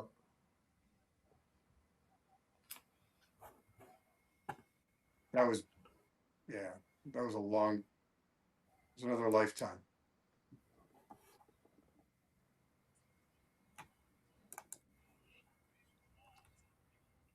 So I agree with you on the under 6.5. I think, maybe you could do under 6.5 with the Devils over 6. Yeah. Or over 5.5. Could even get it Yeah, that way. yeah. But I think the over 6.5 is a great parlay piece. Yeah.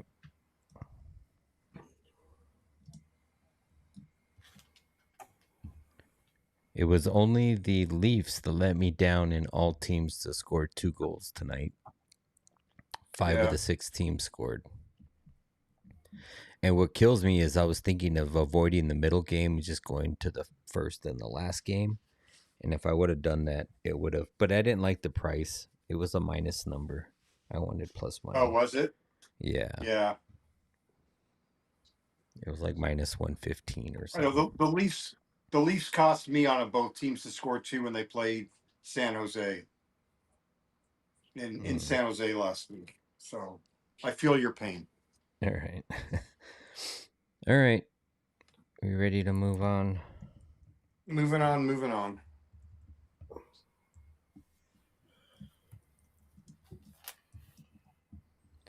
All right. Get the slide switched out.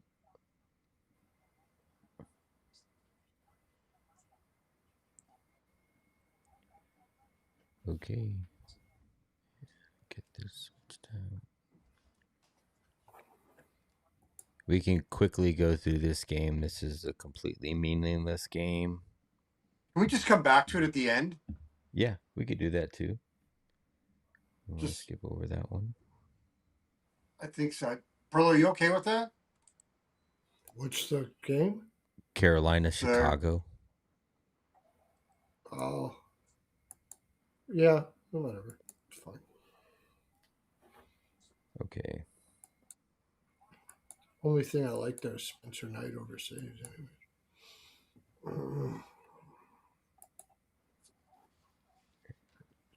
Back to the left side. Minus 230. Wow.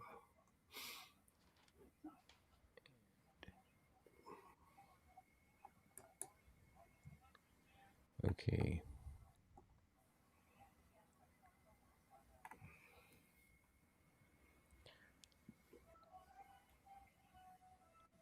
Next game on the board, we have the Minnesota Wild plus 105 on the road taking on the Dallas Stars.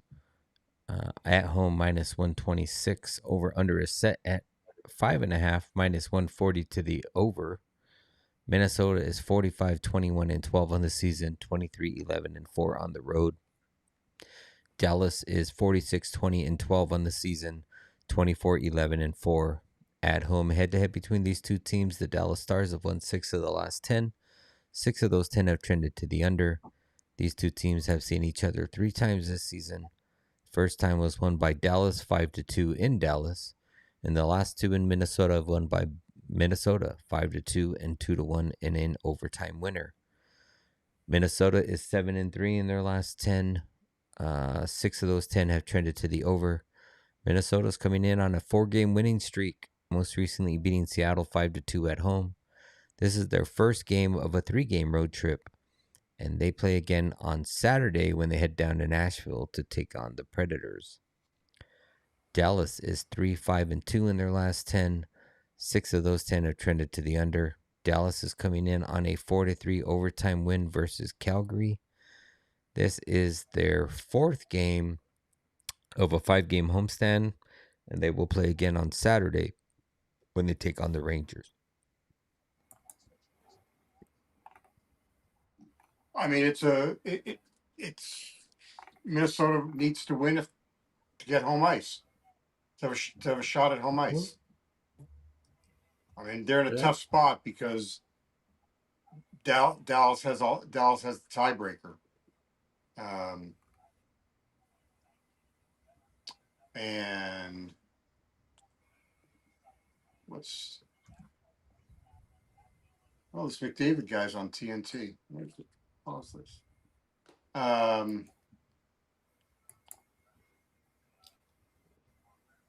yeah, I see that.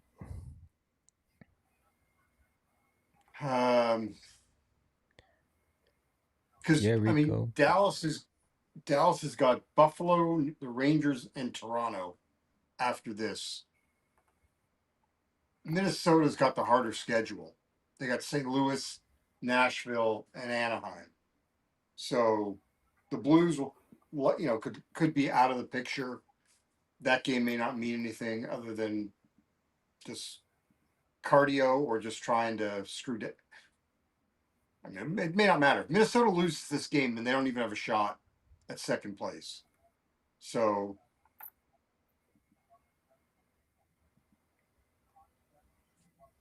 I don't know. I think it's going to be a nasty game.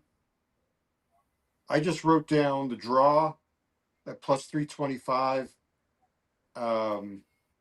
Jason Robertson's got 13 goals in 18 games against Minnesota. And Wow. Matt Boldy has scored in 2 of the 3 games against Dallas this year. He's also scored the first Minnesota goal. He's on that first goal roll again. He's got the first goal in back-to-back in 3 of the last 4 Minnesota games. So that's what I have written down. I could go back to that parlay, like maybe Hartman again for a point. I mean, he's been money. Yeah. I could see that one for sure.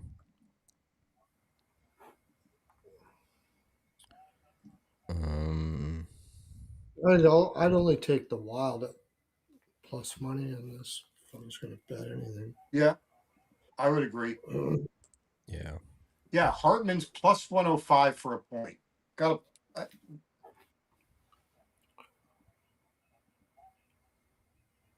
This feels like an under. It does. Feels like a kind of a playoff type thing. well, it is. Still, Not feel. yeah. Of course it is. This, I think it unders, and maybe you can parlay this under. This But game could it's a also six. be filled with fights It's a as well. six. Not that we can bet on that. Under 6.5 is minus 135. Just play the under.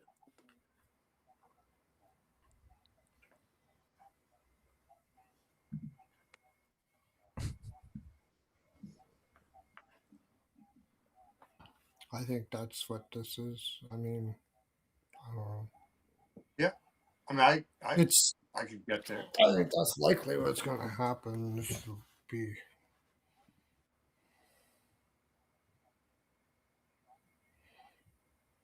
The only thing is if Dallas gets up early, Minnesota is going to want to. Yeah. Then Dallas is a Finish your great. thought. Dallas is a Think- really good shot suppression team. Minnesota's not. Minnesota gives up a lot of shots. So. What I can't see. And he said, Rico says, I'm typing this shit and JD is saying it. Saying he was going to say the same thing that you were just saying, whatever that was. Oh. Yeah, I mean, it's going to be, it'll get nasty. I mean, they know they're facing each other in first round. Dallas is likely to have home ice. It's going to be, it would take a monumental collapse from Dallas against the Rangers and the Maple Leafs to piss it away. So I think we get a street fight, which who knows if you get power plays as opposed to even up calls, then it leads, it helps the over. Yeah. They got the Leafs and the Rangers after this. Oh, yeah. Dallas has. I don't know if I want the under then. If they know that Minnesota may put pressure on them and try to win this in regulation.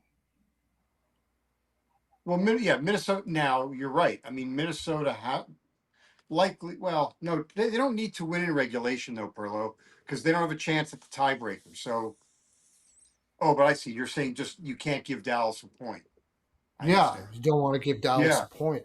You want Right. to you want to put That pressure on them. You want to you're put right. pressure on them and be tied going into the next game. So I think, That's a really good point.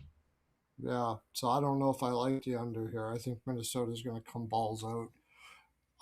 So that would eliminate the draw as a play for me then, because Yeah, Minnesota's not. yeah, They could pull the goalie in the third period. yeah. That would be interesting. They could do it. They could Well, if it they really doesn't want. if they want, right, but you might as like there's no harm in it because You might if you as go to well. pardon? You might as well. Yeah, Right. you might as well. And Hynes did that where? Didn't Hynes do that? He did that in a game with Minnesota late in the year against, I think it was against Nashville. He pulled the goalie because he wanted to make sure that he didn't give up a point, I thought. Or maybe he did it in overtime because he didn't want it to go to a shootout because they needed to win. It was something crazy like that. He did get super aggressive. And I'm switching to the over first period here. I think Minnesota's going to want to get up right away, and Dallas is going to have to chase if they're going to do it. well, what about Minnesota just over half a goal, like to score in the first period? I think can you get a decent price on that? They're only minus 150, or they're only plus 105. I don't know if that price would be very good. Yeah. But yeah, I do like that. I don't know if the price would be worth it. But score the first goal maybe. Yeah. Yeah, first goal. Yeah. Uh, When was the last time that these guys met? Hartman's got, I forget which 21st. Yeah, I got a small lean to Minnesota here, and I'm torn on an over and under. I'm staying away from the total. I just because if it becomes a penalty filled game, then you're taking your chances with power plays. And Minnesota and both these teams have really good power plays.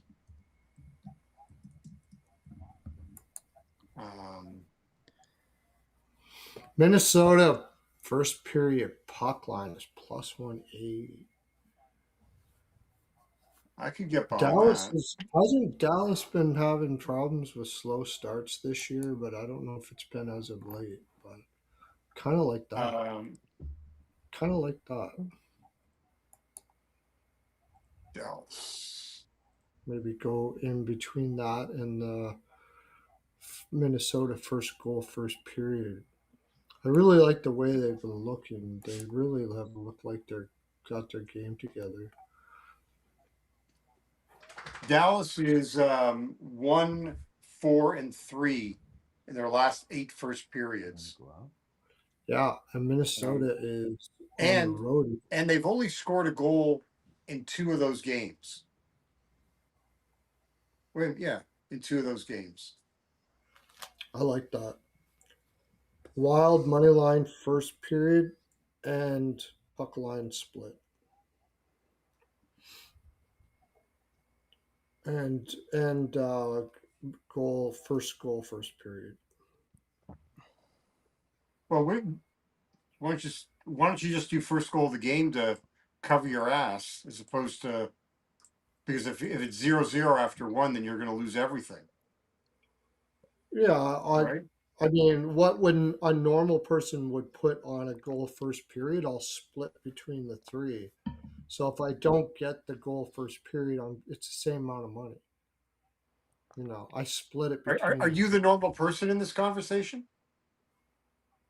Well, I think say some people would put a unit on the goal first period. I'll split the unit between the I'm three. just busting your chops. Yeah, yeah. I know that. That's The why I didn't even give it a thought. the Wild have led only once in the last 5 first periods. By the way, Oh, that's not good. Right. But Dallas has been even just as bad. Yeah, Contextually. they're both really bad. They're both bad. Yeah. So, but I Minnesota to me would be the slightly more desperate team in this game. I think so. Yeah. I think so. I think Minnesota wins this game, honestly, if I had to. Yeah, and in my opinion, they're the team that's playing better. Me too, yeah. That too, yeah. I mean, because the other thing, yeah. No, I was go gonna ahead. say 4 straight. They've scored 4 or more goals. Like I know Yeah. they're just That's scoring. kind of hard to take the under. I mean, you're gonna catch. What about taking just Minnesota's team total? It's a 5.5 total, so you should be. Then they're the dog. You might be able to get 2.5, maybe Yeah. even 3. You Oh might. yeah, 2.5 is minus 2.5. 143. Yeah. They're the dog. Isn't that funny? They're the dog. The total's a 5.5, but it's minus 143 for the 2.5. That Well, tells you and something. Dallas is 3 at minus a quarter.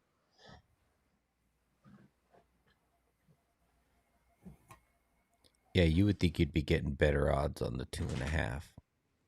Yeah. Maybe a little bit better. Like minus My God, 130 or 35 or it's something like that. it's as high as minus 175 for 2.5. Holy crap! So Yeah. it's moving that way. Yeah. I mean, Caesars and DraftKings are all cuckoo.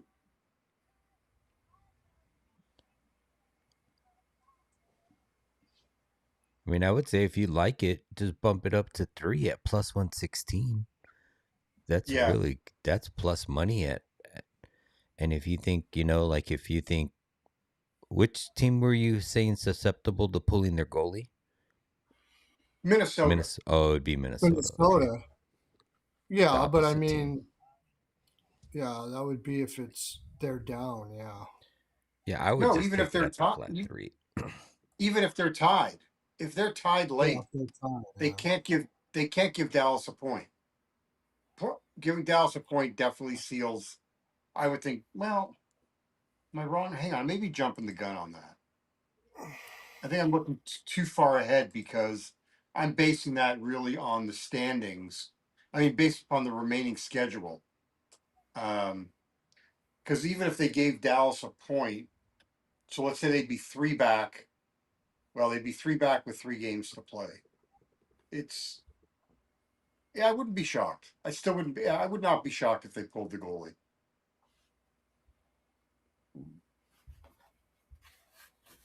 But I Yeah, don't know. I got I'm gonna just stick with the props. The Hartman. Yep. I do like the Hartman and I like Minnesota money line. And I like the team total at a flat 3. I wouldn't take it at the 2.5. I'd rather lose a unit than lose a unit and a half. I don't. I'll do my normal thing. I'll split it between the two. And if I get the 3, I get the 2.5, and then if I get over, then I get. Well, I don't know. I don't think this is gonna. If I'm gonna play it, which I probably will. Yep, that's what I like for that. Okie dokie, Smoky. Ready to move right along. Yeah, let's move to the next one. See how my team is going to fare versus this team.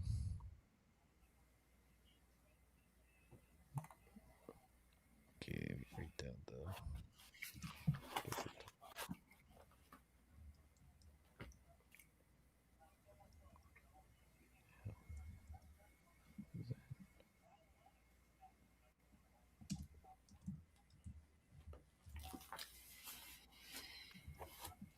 Get this switched out. Jeez, it's a funky number for Utah, isn't it? Yeah. I was just talking about not liking them favored or overpriced. All right, Nashville plus 142 on the road. Utah at home minus 172. Over under is set at a flat 6 minus 115 to the over.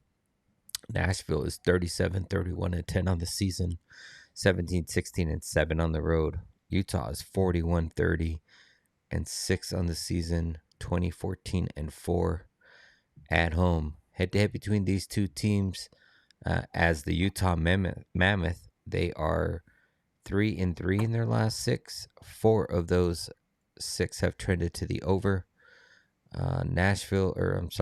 These two teams have seen each other twice this season. Both first time was won by Nashville 4-3, and then most recently in Nashville, the Utah Mammoth won that one 5-2. Nashville is 6-3, 0-1 in their last 10. Nashville is 7 of those 10 have went to the under. Nashville's coming in on a 5-0 shutout win versus Anaheim. This is their final game of a 6-game road trip, and they will head down to Minnesota or back home to play Minnesota on Saturday. Utah is 7-3 in their last 10. 8 in those 10 have trended to the over. Utah is coming in on a 6-5 overtime victory versus Edmonton. Utah has won 4 straight, and this is the second game of a 3-game homestand. And they will play again on Saturday when they take on the Carolina Hurricanes. I like the over.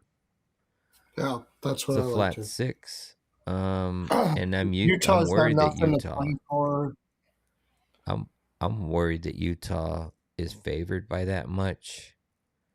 I think Nashville's been playing a lot better, or not better than them, but just better in general. I mean, they just shut out Anaheim. I know Anaheim's been kind of struggling there, and I know Utah's won 4 straight, and they have not put up less than a touchdown without an extra point. But they've got 6 goals in 4 straight. So I don't think that changes, but I also don't think they shut down Nashville.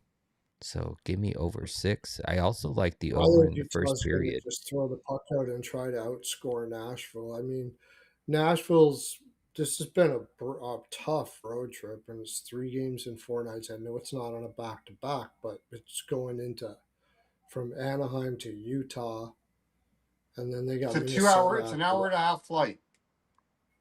I'm not Elevation. really worried about the flight. I'm more thinking about the tough games they've been playing. Yeah, they had a LA, day to rest. Yeah, that's not much when the body only goes so far. It's been a long road trip. Yeah, no, you're But I right. That's think fair. I think they're gonna have no choice but to try to keep up to Utah here, because I don't think Utah is gonna play slow. This is a live betting to me. If Nashville looks like they have their legs, this is over. I Because agree they're with gonna Rich. I have both of these notes written down in this game. Stamkos needs 1 for 40, and Gunther needs 2 for 40. Is there any revenge here for Utah? Like, what's the motivation for Utah? Because they're right in the motivation Nashville's is one of the only 2 eliminated. meetings in Utah, by the way. Hmm. Okay, Nashville went home for 1 in Edmonton. Sorry, they weren't on. That's not. And then they went out, and then they went to Nashville, or they went to Utah after they went home. Right? What are you No, talking they about? went home. What am I talking about? Okay, They've been on the road for 5. Utah. No, I had it on Utah. Okay, yeah, this is Okay. 1, 2, 3, 4, 5 games. A 5-game road trip. Yep. This is number 6. And Yeah, 4 of this is those 5 games games. were This no is a travel because 6 they're all in California. Yeah, yeah. Yeah, it's still The going last from 1 4 to is no 10. travel. 2 overtime games, and 1 against LA, both of them against LA, of course. with them against LA. Yeah, the overtime Kings. Whatever Nashville has for legs, they're going to give it here. I like the over. Yeah, I like the over 6. I don't want to play Utah at that price, and I don't if I'm either. going to play anybody, I would play Nashville at that price. No, I'm playing Nashville. Yeah, me too. I would play Nashville, and I'm a Utah fan. I'm not biased. Not biased against my team. I'm biased against money. Against money. So I always go where the money goes, regardless if it's against my team or not. The way I look at it, I'm either going to be happy because my team won, or I'm going to be happy because I won money. 1, 2, 3, 4, 5, 6, 7 to the 7 to the over. Oh, first period over for Utah too. I think is like that's what I said. Like first period of full game over, for sure. Hang on. Shoot. Oh, hang on. I also like both teams to score in the first period. And I also like this as a candidate for both teams to score too.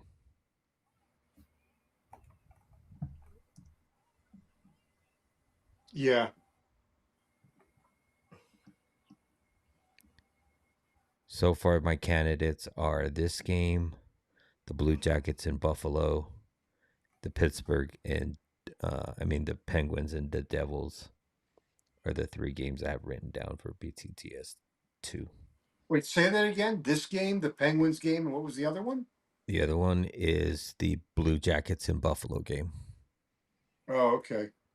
And then in the late game, it would be San Jose and Anaheim. Although Anaheim's been a little bit struggling, so. Mm-hmm. So Utah is 11 straight and 13 of 15 first period over. Yes. Are they going to keep on just? Why would they keep? Are they just going to keep on playing Vejmelka again? They always have. They do the same. They always do. Yeah, they always do. Even though they got the playoffs coming up and stuff, they're just going to keep on playing Vejmelka over and over. They'll probably roll him in. They usually roll him like every maybe 5th game, or this would be the 5th game. 5th or 6th game, definitely on a back-to-back. But Utah's got some easy games coming up, right? No, they got Carolina next. Well, yeah. Okay. Oh, after Carolina, they may play him in Calgary. Well, he'll play either the Carolina or Calgary game. Those are back-to-backs.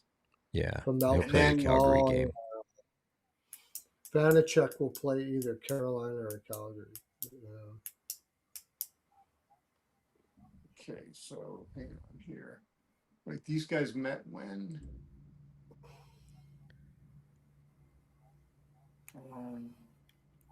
January 24th and December 29th and October 11th. Yeah. I just want to see the January 24th. They are ahead of the Preds by 4 points in the West Conference. Yeah. Okay. So.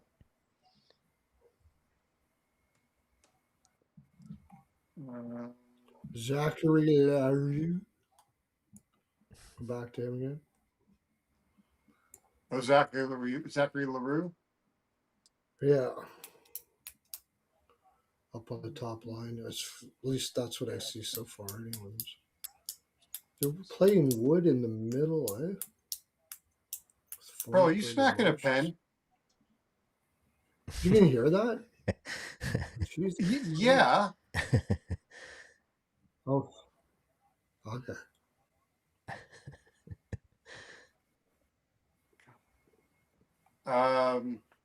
So Stamkos has 3 goals in his last 6 against Utah, and Forsberg's got 4 and 6. And Roman Yossi's got 4 and 6 against Veggie. And Stamkos has 4 and 5 against Veggie. Oh, you know what? Yossi used to have really good shot on goal. Well, I mean, I say used to, but I'm thinking about the Coyotes. Yossi used to have really good shot totals against the Coyotes back in the day. Let me look. Yeah, see, look at since January of 2024, he has not done shit against Utah. Oh, But before that, he had 8, 5, 5, 7, 8. And then January 20th, it went 1, 2, 1, 3, 0, 3, 4. Like, it's crazy. He used to murder us by rubber.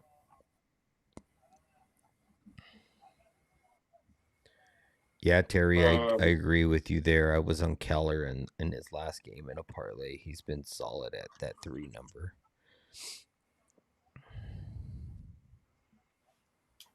scored in that game back in. I would take him for 3 shots and parlay it with the Cooley Point. Cooley Point's been pretty damn consistent. He's been scoring a lot. Carconi's got 4 and 6 against Saros. Ooh, he'll be bargain bin worthy. He's always north of 400 for a goal. Keller's got 7 and 17 against Saros. He's, as you said, he's been hot. Mm-hmm.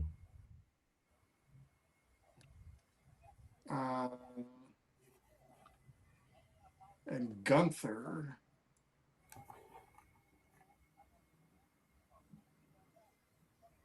Score here.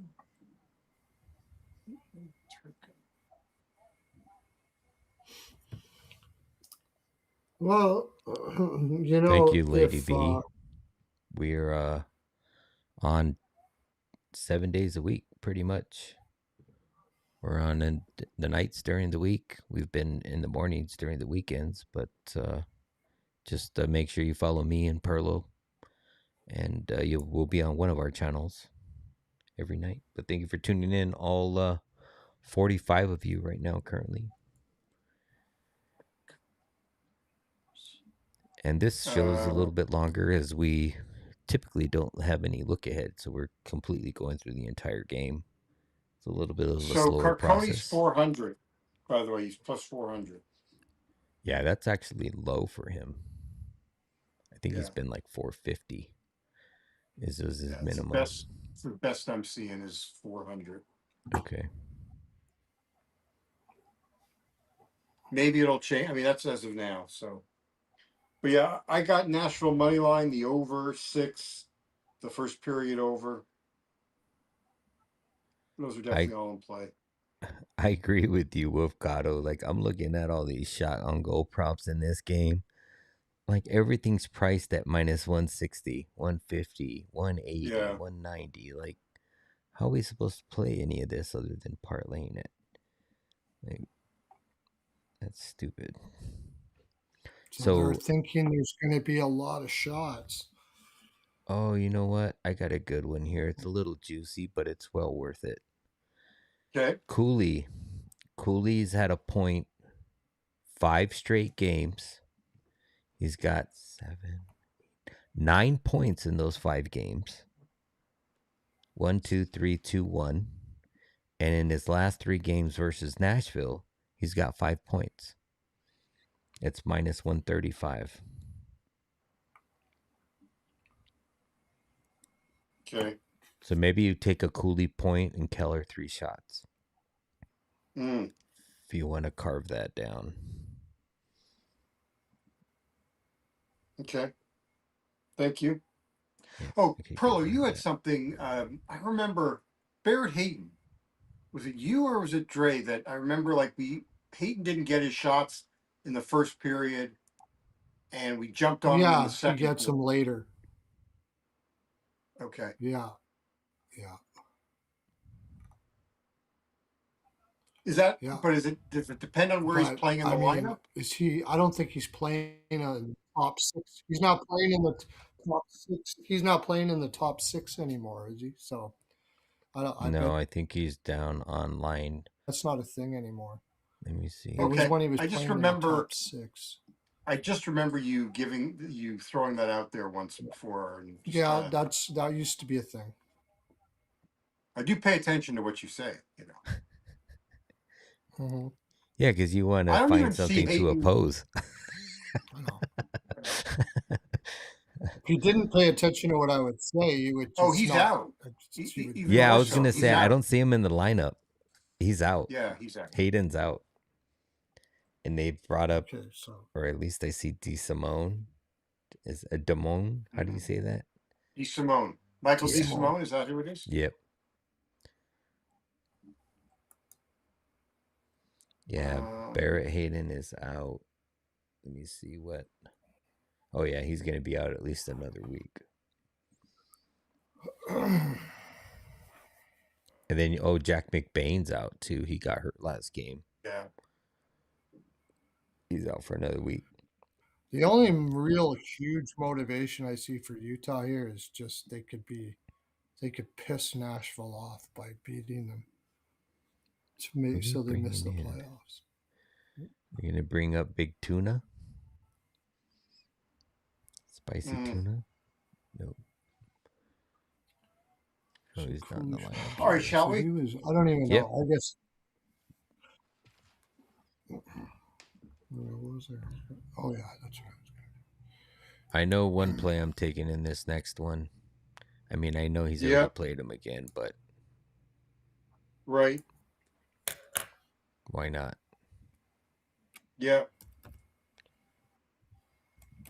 His point. But there's no way they're going to get steamrolled again, right? Are they? No, they better not. Mm-hmm. Oh, they only got a goal prop up for him right now. They don't have no assist or point props. Okay, stamp down and get the thing switched out. Get right on it. Get right on it. That was weird. Totally disconnected me. Oh yeah, that was weird because I was like, "Who's coming in?" I thought I heard you. Yeah, I mean, like this game, I don't know, not a lot of thought. Like it just means nothing. Yeah. I mean, Colorado's clinched, so do you just go back to the well with Parker Kelly and Kadri and Coleman for 20? Yeah. I like the Kadri angle. It's gonna be meaningful for him, at least on that side. Yeah, I think I mean, maybe a little less than it was the last time. Yeah. He's already done it. Like, and did he score in that game? Or did he just get his shot total? Because I know I cashed on his shot he had total. points. Hang on. Yeah, because if he didn't score, that eagerness is still going to be there. So, no, he scored twice. He didn't just score once. Oh, He had shit. 2. He had 2 goals and he had 5 shots. All right. We got Calgary on the road plus 255. Colorado at home. It's over that magic 300 number, 319. Over under is set at a flat 6 minus 122 to the over. Calgary is 32, 36, and 9 on the season, 11, 24, and 4 on the road.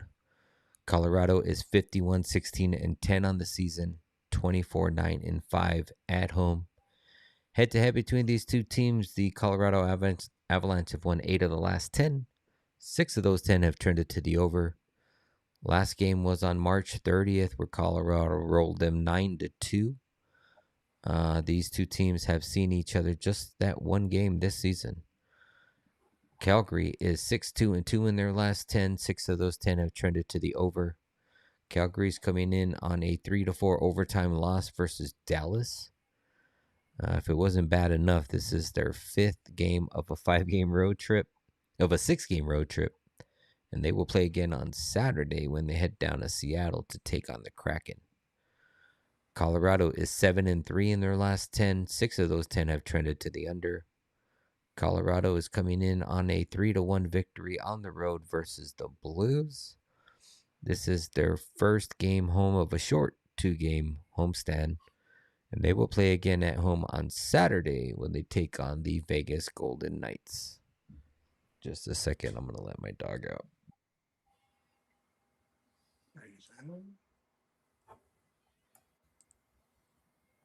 I mean, I like Calgary first goal, first period. I like Calgary to score. Calgary goal first period for sure. Over first period. I like the over in first period as well. And I'm playing the Flames money line. Yeah, I would. I'm at that price, yeah, plus 270. It's Colorado. Got nothing to play for. Nothing to play Calgary's like for, this and is like their Stanley Cup for the year. yeah, and then they've got Vegas and Edmonton after this. Oh yeah. They got no reason to like. I could see over for the game too if Colorado wants to do something. I mean, over 6 at -0.25. Yeah, but if you like it over that, you got to figure Calgary will get their team total over. They've been scoring too, and Yeah. it'll be Blackwood in net. Fuck yeah, give me that team total over Oh my God, 3. over 2.5 at +125. Where? Oh, that's Betway. I'm sorry, over 2.5. No, Caesars is 120 and DraftKings is 110. Yeah, I got 110 on DK. Yeah. Flames team total over 2.5 plus 110, and I'll go the flat 3 too. Yeah, let's With see. Blackwood in there, Blackwood can't stop a beach ball right now. The only thing I would be concerned about is that maybe Colorado says, "Okay, let's practice our D for the playoffs," and shuts them down. One thing to That would, note, but Kadri they got don't hurt know in how that to last block game, shots and shit. and he's on the injury report. So What's I don't that? know if he'll. The last game, Kadri got hurt. Yeah. So I don't know if he's. It says that he's out right now, Yeah. and he's not due back for another week. So Kadri won't be Yeah. playing either. Kadri won't be playing. If he's even got a deep bruise, they're probably not going to play him. They have no reason to. So No him and no Maka. I you would have liked to have him there because The over 2.5 at Bet Rivers is +133. Oh yeah. And I know Calgary over 2.5 is what? +133. oh my God. And over Holy 3 is shit. +255. Oh, there we go. Yeah, I'll play that. Giddy up. Yeah. Yeah. I'm playing everything Flames here. I mean, I just for the hell. Yeah. Maybe drawing dog just in case because Colorado does. If Colorado does decide to wake up at any time, they could take it, but I just don't think they would here. Why? I wouldn't play the draw. Why? I can't see any conceivable reason this game gets to overtime. The only reason why I would is if Colorado's at home and they want to, just exercise because it could be a wide open game. I think Colorado will probably play mostly from the defense too, or like they're not gonna. They'll put I it could see back the to the Colorado defense. team that played Vancouver in that 8-6 game. Yeah, it could be. Yeah, and the coach won't I even just don't mind. see where the give a shit meter And the is in this Vancouver game. game, he was pissed, but I don't even think the coach would be pissed. No, I'm just saying, like, what you just clinched the division. So you're going to be healthy. Don't get hurt. And right, and you've got Vegas and Edmonton coming up after this. And the Flames are going to come out like it's their Stanley Cup. Well, so they're going to want revenge. They got embarrassed here. Yeah, this is all Flames. Yeah, it's all Flames. Flames I mean, what was plus the date? 1.5. March 30th.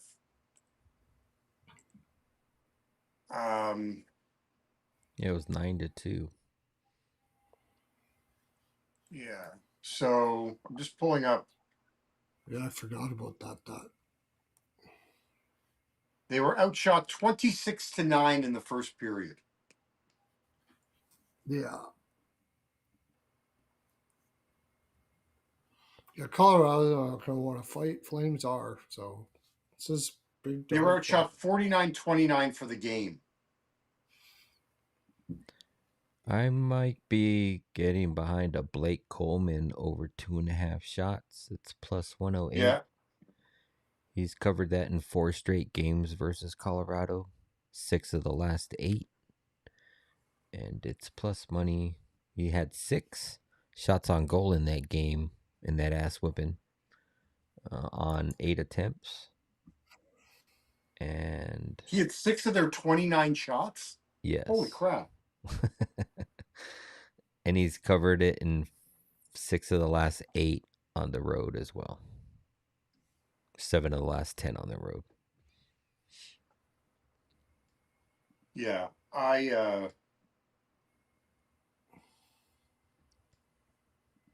Played 7 of 10 on the road. So. Yeah. I like the 4 straight with putting up a touchdown with no extra point too. What do you mean? Because he put up 6 shots on goal in that last game, or 9 shots. You're right. Oh, okay. I got you. Yeah.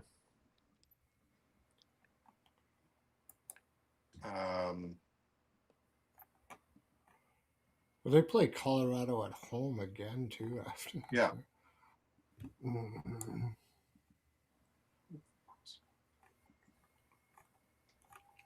Marty Natchez has had 5 straight games over 2.5, but it's kind of juicy, minus 145. Yeah, I would just be really careful with, I don't know. Coleman's plus 2, or Parker Kelly. Oh, no, Coleman.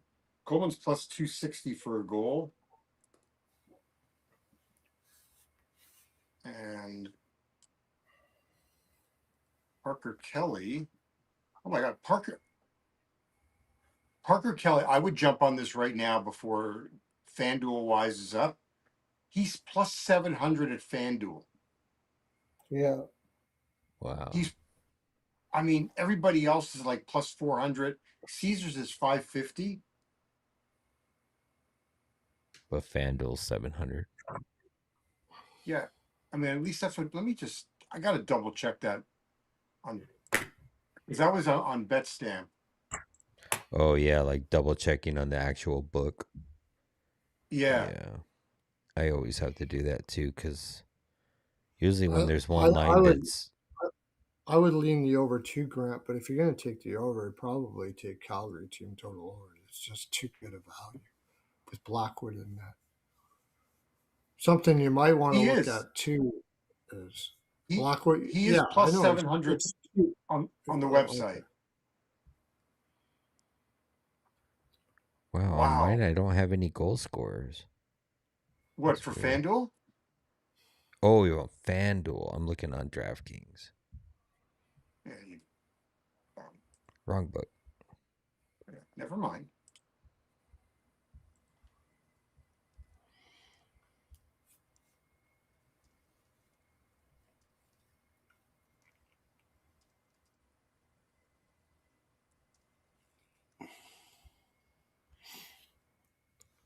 First goal, first period, yeah, for Calgary. Everything Calgary here.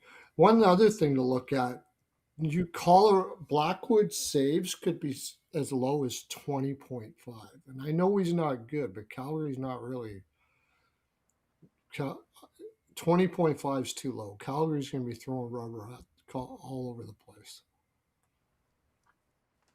I bet you he'll get over his saves, even if they score 4. I'm going to put a quarter unit on Parker Kelly. Yeah, how can you get plus 700? Yeah.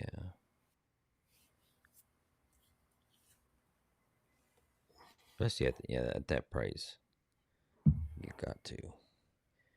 Even like a 0.10 bet is good on that. Yeah.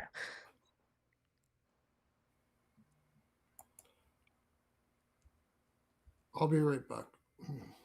Alrighty. Yeah, $10 to win 70. That's more than worth it. All right. We can move on, right? We're moving on to the next one. Is that what we're doing? Yeah. All right.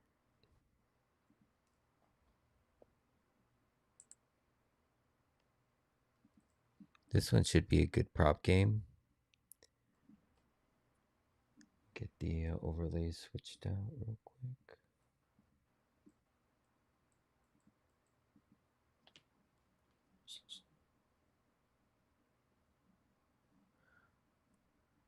All right.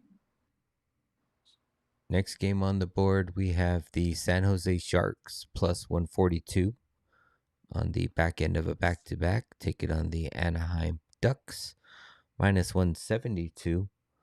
Over under is set at 6.5 minus 120 to the over, which I agree with. I think this is an over game. San Jose is 37, 33, and 7 on the season, 16, 19, and 2 on the road. Anaheim 41, 32, and 5 on the season, 23, 13, and 3. At home, head-to-head between these two teams, the Ducks have won 7 of the last 10. 6 of those 10 have trended to the over. These two teams have seen each other 3 times this season. All games went over. 13, 9, and 7 were the 3 totals in those 3 games. The first game was won by Anaheim 7-6 in San Jose, and then the last 2 were won by San Jose 5-4 and 4-3. San Jose is 5-4-1 in their last 10, even 500 on over-unders. San Jose is coming off of a 2-5 loss tonight versus the Oilers. This is going to be their first game coming off of a 6-game homestand on the road, and they will go right back home on Saturday to take on the Canucks. Anaheim is 4-5-1 in their last 10. 6 of those 10 have been trending to the over. Anaheim is coming in on a 6-game losing streak, most recently getting shut out by Nashville 5-0. Wasn't for a battered luck of trying. They just absolutely got goalied in that matchup with 43 shots on goal. Absolutely crazy. This is their 4th game of a 5-game homestand, and they will play again on Sunday when the Vancouver Canucks come to visit them. Rich's team. I like the over. San Jose is going to be on a back-to-back, so you're probably going to get Askarov, which has been the shittier goaltender of the 2. What worries me is Anaheim's been struggling to score, but I think this is a team where they could break out of that funk. So they really miss Cutter Gauthier. Yes, they do. But I think San Jose also scores, so that's why I like the over. Yeah, I mean, for me, like this would be an over. I would do either like both teams to score 2 or 3 and put it in a parlay. But from a side perspective, I'm going to wait till the betcast and play this live. Yeah. Both these teams are having their issues, and I mean that was a devastating. I mean, look, San Jose just can't afford to lose, unfortunately. And I think if you like this over, you have to take it now because the public is going to perceive it and bet it up. And I think it's probably going to close at like minus 140, minus 145, somewhere in that neighborhood. Right. And I think that if you were to do both teams to score 2 in a parlay, you had talked about a couple other games like the Pittsburgh game, you could probably get yourself a decent price. Mm-hmm.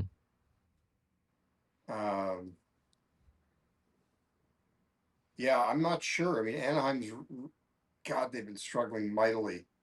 I gotta say, I mean, like to me, the both teams to score 2 or the over is the way to go, and I'm not sure how I want to handle props. Yeah. I mean, is it obvious? Like you got to take Celebrini again? Well, I mean, and Rico makes a good point too, because with Kadri being injured, Kelly's gonna move up, right? It would be him moving up. Okay. Yep. Which makes it even a better number at that plus 700 because Kadri doesn't look like he's going to Oh, return tomorrow. right. So if Well, he's and getting the yes. bump, you would think the line's got to adjust down. Well, yeah. I mean, FanDuel, like, who's ever Yeah. doing their book is, oops. Yeah. Must be on break. Well, if he moves up, well, I don't know. Like, I don't know if because Kelly, does Kelly play center?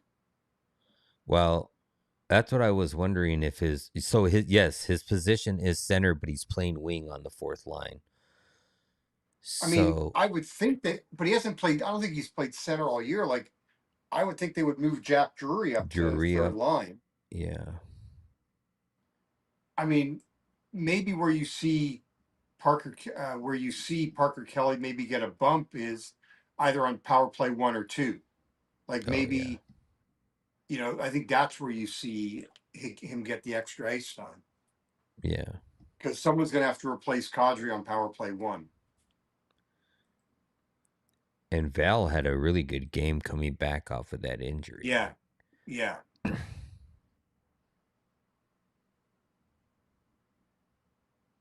Right. So, but going back to the San Jose game, wait, what was the last time they met, Trey? You Last got it in time front they of you. met was on April 1st. So 7 Yeah, days that was a ago. fun game. That was a fun game. Yeah. That was 4-3 there to win by San Jose. so in that game. Oh my! Troy Terry had 6 shots on goal. Uncle Leo had 5. Yeah. Kreider had 4. I remember I played Terry that night, and then Macklin had 4. All right, because I think we were doing like parlays with Macklin, parlayed Macklin for 3 with I don't remember. What's crazy is I I like San Jose at that plus 142 price. Like I know Yeah, they're on a back to back. I know they just played Edmonton, but they were kind of out of that game early. And yeah. Anaheim's been struggling. They're on a 6-game losing streak. I know they got to turn the page sooner or later, but San Jose's been playing decent and they've been scoring, and that's why I like the over because I mean, to Yeah. be honest, I'd probably lean more towards the San Jose team total the way Anaheim's been struggling, but I still think it still gets to 7. So, So Celebrini's got 10 points in 4 games against the Ducks. He's got 3 goals and 7 assists in 3 games. I mean, 4 yeah, games. whatever it is, he likes playing against them. It's probably those statistics. Yeah, why he and likes ask it. about me. Wait, did he play that game? The loss. Let's see. Or was that a This net the is win? yeah. I can only So take San Jose Askarov here did for sure. play. What's that, Pearlo? He said he could only I take just said San I can only Jose. take San. Yeah, I You can only can't take what? trust Anaheim. San Oh, you Jose. can only take yeah. Yeah, so Askarov did play in that 4-3 win, but his goals against average going into that game was 5.47 in 2 starts against. I think his goals against average actually went down despite giving up the 3 goals.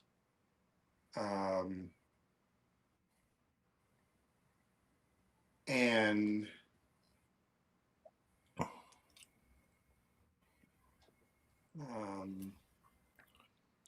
You know what's crazy is his shot totals are only 4, 1, 1, and 3 versus Anaheim. But yeah, who's he's got Celebrini? yeah. But he had 4 Wow. points in that last game. He had 3 points in the game Yeah. before. He had 3 points in the game before that. Like this is, I know, Pearlo, you were on his over 1.5 today, right? Points. Yeah. This is the game to take it. Yeah. You might as well go right back to it. He's gonna bounce back on that.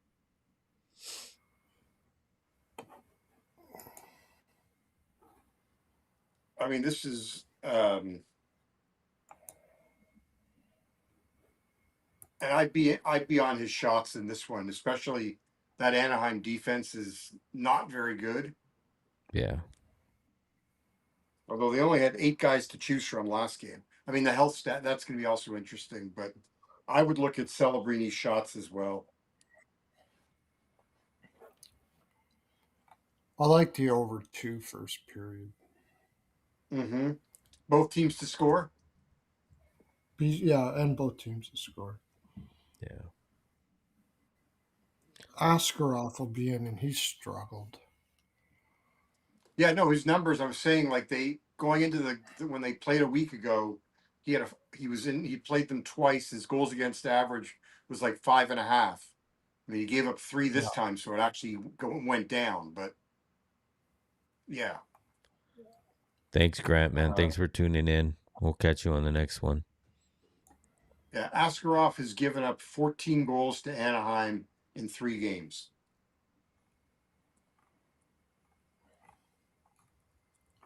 How many of those were Goche?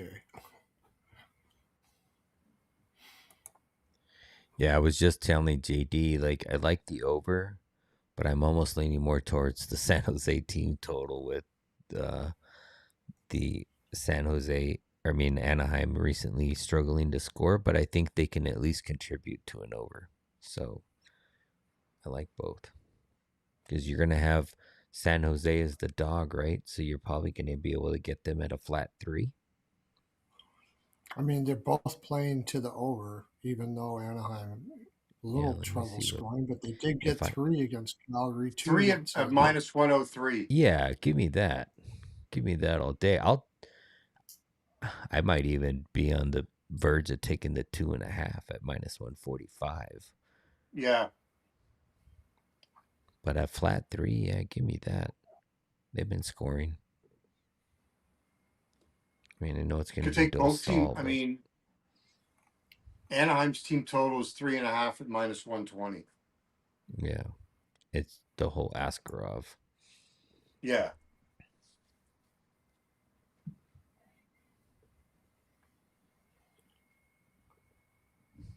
I mean, Dostal hasn't either. Like, no, it's got to be an over. Yeah, let me look at Dostal's numbers, but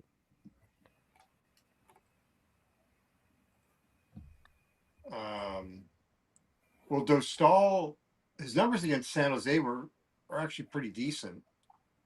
At least they were going into that game. Did he play? Wait, I'm oh, just here you talking go. about as of late. He's Though he's so the last 3 games he's given up 4, 4, and 3, but he has wait, San Jose? to San Jose. He's Yeah. 3-2-1 in his last 6. 285 goals allowed, Yeah. 888 save percentage, and in his last 2 games he's given up 11. He gave up 5 to Nashville, 6 to the Blues, 3 to Edmonton, Yeah. and 3 to Vancouver. He gave up 3 to Vancouver. Yeah. That's bad. Sorry, Rich. Uh, um, yeah, I mean, he's given up 3 or more in 8 of the last 10. He only held Winnipeg to 1, and he only held Utah to 1. How funny. Yeah. When Utah's over here scoring 6 or more in 4 straight. um, but yeah, I like the team total. Flat 3.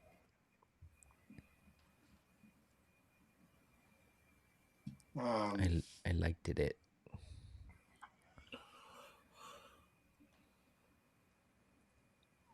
Yeah, Terry over shots. I hear you talking about that. I mean, he plays Mm-hmm. in that go chase spot.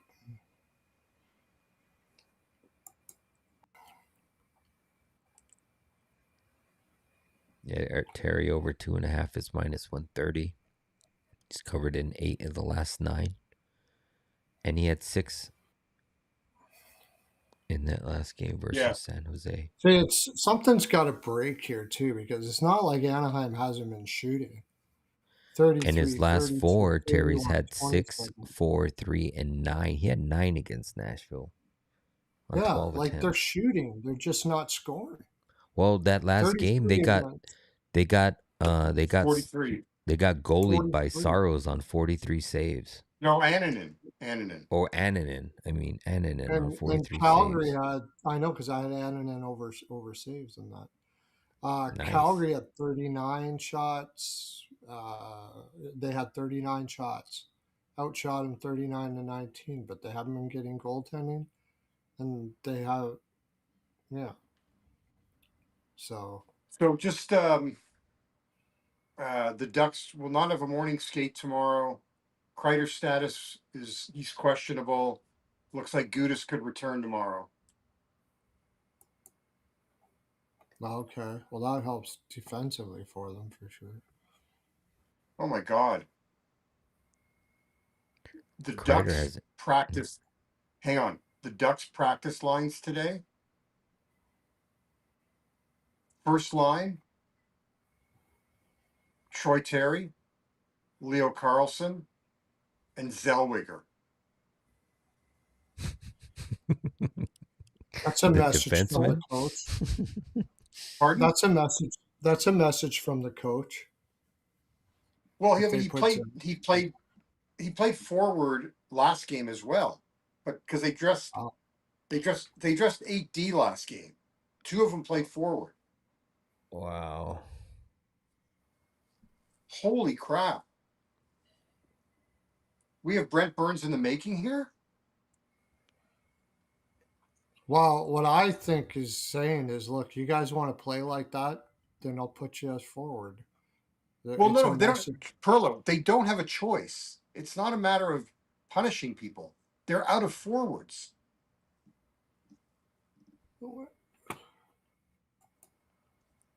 Who the fuck is Tyson Hines? Why the fuck did Hines. I take Anaheim? He don't even got a number on his jersey.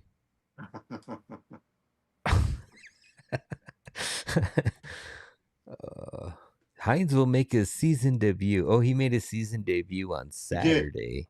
Yeah. Wow. Yeah, they're scraping the bottom of the barrel right now. Like, give me San Jose all day. Plus 142.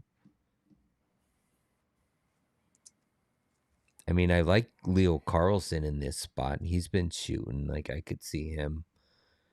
Or like Bennett Seneca too. Like, he's been shooting Troy Terry. But yeah, I mean, everybody else.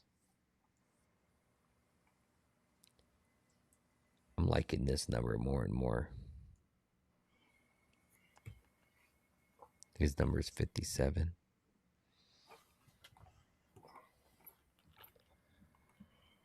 At least it's not 6 Okay. 7. So hang on a second. I'm like, if what is his Uncle numbers Leo at? be shooting 3 5 6 7 8.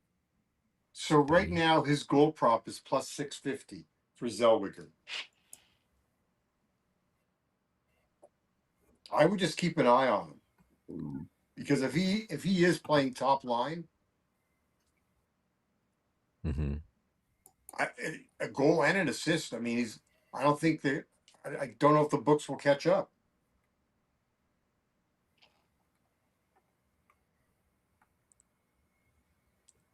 Like that's crazy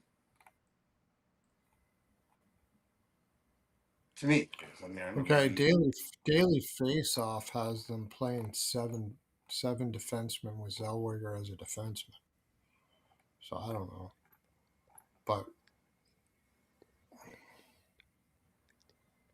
but they were practicing with him as a forward, right? I'm looking at the guy who Okay. covers the Ducks, and Oh yeah. he put out their lines today, and that's what he had. Kind of makes sense if Gudis is coming back. Right. Yeah. Carlson has covered 15 of the last 20 games at home at that over 2.5 number.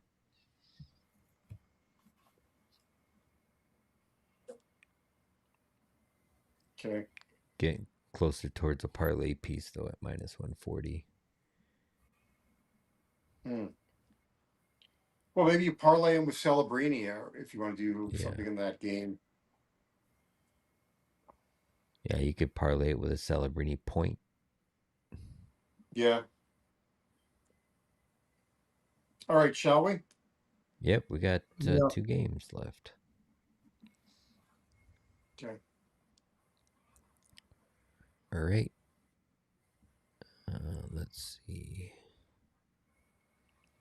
Go to the Vegas game. Let me get the slide switched out.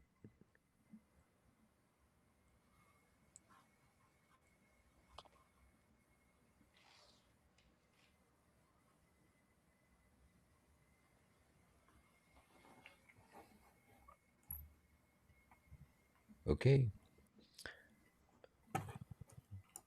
Next game on the board, we have the Vegas Golden Knights on the road, minus 176.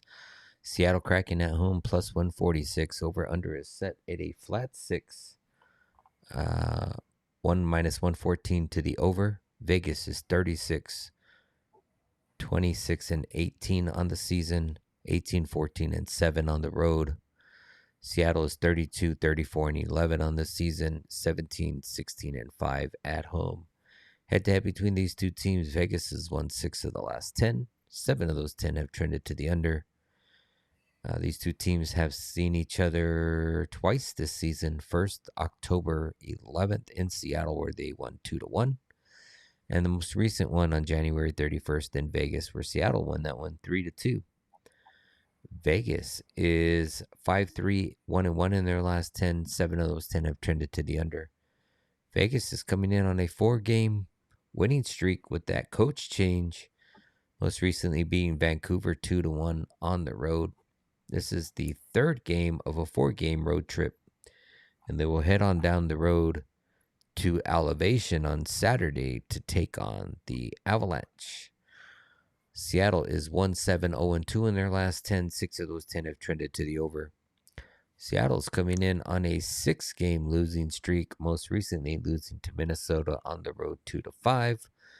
This is their first game home after a short 2-game road trip, and they will play again on Saturday at home when they take on the Calgary Flames.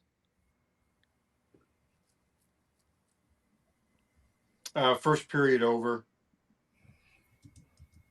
Seattle is. Oh yeah. Seattle's a huge first period over. Yeah, it's 16-20.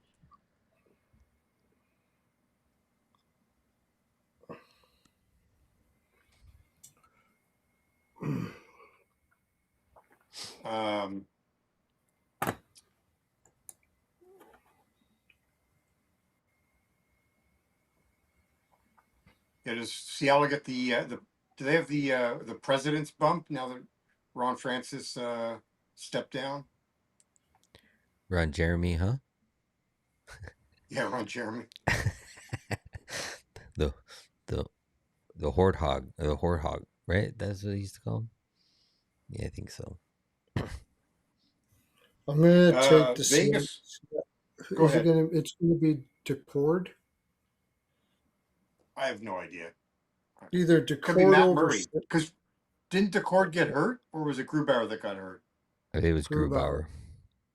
Okay, I mean it could be Matt Murray for all Decord we know over at this point. saves and Vegas over shots. And they're going Vegas right back team. to Hart. Ever since Tortorella took over, when did he take over? He took over. And The their Calgary first game win, was the first game. right? Yeah. Okay, no, he No, Vancouver. He was a coach in No, Vancouver. Calgary. Calgary was the first game. Really? I thought they Oh, I'm sorry. Wait. Why am I like? Wait a Vancouver. minute. Vancouver was the first game. Was Vancouver the first win streak game? Yep. Oh, you're right. Yeah, Yep. it The was. Sisters of the Poor. God, I'm an idiot. Yeah. Ever since he took over, 34, 34, 33, 29 shots on goal. Seattle That was the has measurements of my allowed girlfriend. 28, 30, 30, 31 in the last 4 games. Seattle's given up the ghost. I like Vegas over. Vegas is going to shoot like a motherfucker in this one. There was a little That's why I John said that when had that. Tortorella took over, they said, well, he's not going to change the system. Well, one thing he's going to change is how much they shoot. 34, Well, the one 24, 40, yeah, but 6. right, because he changed the system. Because he, instead of going D to D, he wants them going straight up. Yes. No fucking around. So he's not going to sit there and watch a team play around with a puck all fucking night. Right. No way. No, that was the first thing he did. Yeah. So that's what I like here. Is going to continue doing it. I like Vegas team total over. I think Vegas just blows him out of the water. I don't care about the look ahead spot or anything like that. I'm going to keep this coach bump going. It's not even a look ahead because they if they want to win the division, right? You know, it won't really matter if they win the division. I mean, Anaheim or Utah. I think they would rather face Anaheim or Utah than to play Edmonton. I think a healthy Edmonton team, even with the goaltending. I would rather be playing Utah. Well, right now they would be playing Anaheim. No, I understand. But I'm just saying to your point about winning the division. Yeah, if they win the division, then they play Utah for sure. And if they play around here, they could end up playing Edmonton. I see what you mean. Yeah. So, and I just think that Tortorella's there now. He's got him feeling good. There's not going to be a letdown here. Even against the Canucks, they got goalied a little bit. They should have scored a lot more there too. So Brandon Montour is 8 of the last 10 to over 2.5, but he's got horrible head-to-head history versus Vegas. So if you want to take an under, gonna be sweaty as shit. But I don't know. Vegas and Reg at minus 105 intrigues me. Oh yeah. Oh yeah, for sure. Vegas and Reg. Yeah. I didn't realize you could get that kind of a price on that. Wow. Yeah. Yeah. FanDuel. I just saw that. Yeah. I like Dodge. I mean, that's my favorite play. Yeah, that's fair. Intrigue, I should say so. Definitely. I just can't see a letdown. Just can't see no, it. They're trying to build momentum. Seattle's done. Yeah. Yeah. Yeah, absolutely.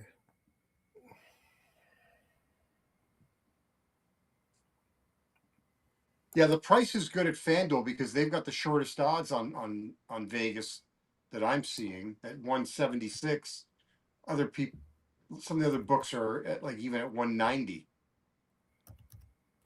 Yeah, like Caesars and DK are 192, 195. So 176.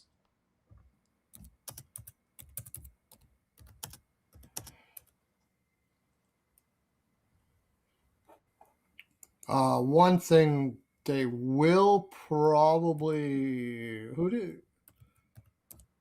they will probably play whoever the backup is. Who? Vegas? Vegas, who? Why do you say that? Well, have they been running? What have they been running? Have they played? Just keep on running Hart? Yeah, Tortorella's going with his boy. I mean, Hart's fresh. There's. I got a decent one here. You got Ivan Barbashev. He's had a point in 8 of the last 10 games. Head-to-head wise, he's had a point in 6 of the last 9 games versus Seattle. And on the road, he's had a point in 7 of the last 8, and he missed against Vancouver. And it's minus 115. Let me look at the line here, but I could probably get behind that. Yeah, I don't know. I wouldn't be surprised if they go with Hart until they figure out that, until the division is clinched, because they play every other day. I don't know. They got Colorado next. I could see him trying Hill here. Yeah, no, that's a good point. It's a good point, and save him and not burn him out. Yeah. I think he could try Hill here. Either way, it doesn't scare me off. No, it doesn't. Seattle might score a couple more. You might want to look at the over, but yeah, Barbashev's playing on that same line with Marner and Stone. Like, I might even just parlay that whole damn line. Marner, Stone. Yeah, he keeps moving he does keep moving lines around, though, I will say. Yeah. He's talked about, like, he'll move Marner around. But yeah, I like that Barbashev over half a point, minus 115. Out of all those line mates, he's the only one that's playable. Yeah. At 1.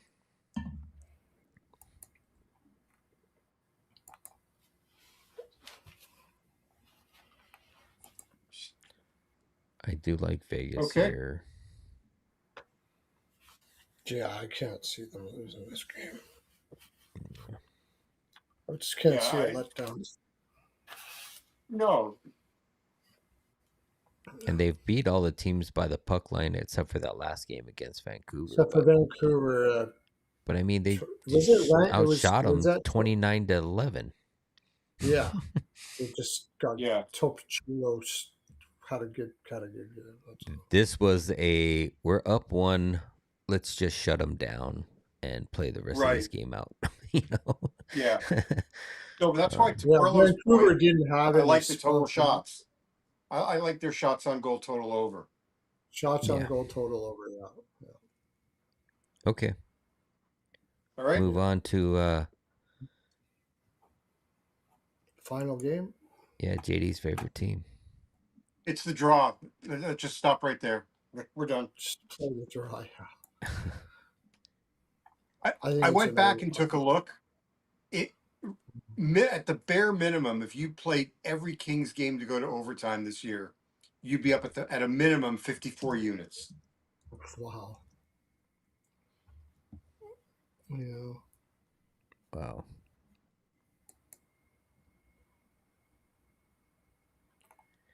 Yeah, I mean,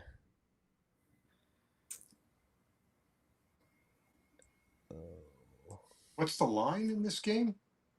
I like the over 5.5 too. I think it'll go. It is plus 231 for Vancouver and minus 275 for LA.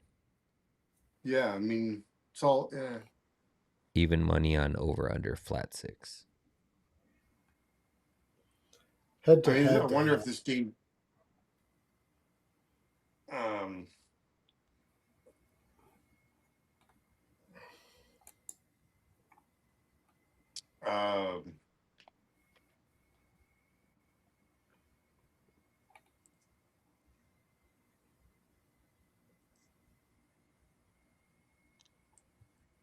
Let's see something here.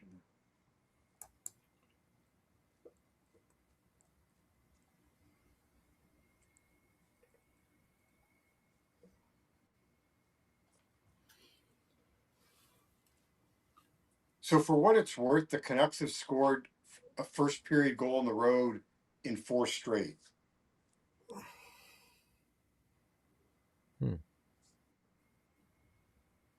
I'd play LA team total over too. Vancouver's just, besides that game against Vegas where they just got some goaltending, it's been 7, 5, 6. I was against stronger 4, 7, 4, 5. And Los Angeles has actually been scoring except for a little bit. The Nashville game. Here's one. What do you guys think about this? Like, I like what you're saying, team total over for LA. Mm-hmm. I mean, I don't see LA losing as much as I'd like them to, but Mm-hmm. I'm a little. I would not be surprised to see them a little flat after they've just played Nashville, and I'm Four trying to think. overtimes. Well, Four no, but they've got overtimes. this is a sandwich game between Edmonton. Oh You have yeah, you have yeah, that's right. you have the Nashville game. Wait, who do they play? It was Nashville, somebody else, Nashville, and then you've got Edmonton on Saturday for Kopitar's last home game. Oh, it was Nashville, Yeah. Toronto, Nashville, and then or Nashville, Right. Toronto, Nashville, and then coming Now up you got Vancouver, Edmonton. and then Edmonton for his final home game. I mean, and players like former players are already like rolling into town. I could I almost just, see them. I could almost see them losing this fucking game. Actually, I'm not gonna. I I could mean, almost see it happening. I would play the Kings team total, and I would also play Vancouver. I could see. I'd play which puts you on the over. I like the Yeah. over in this game. Easily, LA takes their eye off the ball here. Easily. Well, Yeah, that's I why I like the just, over. My favorite. I already bet it 5.5. I got it at -135. It's the um,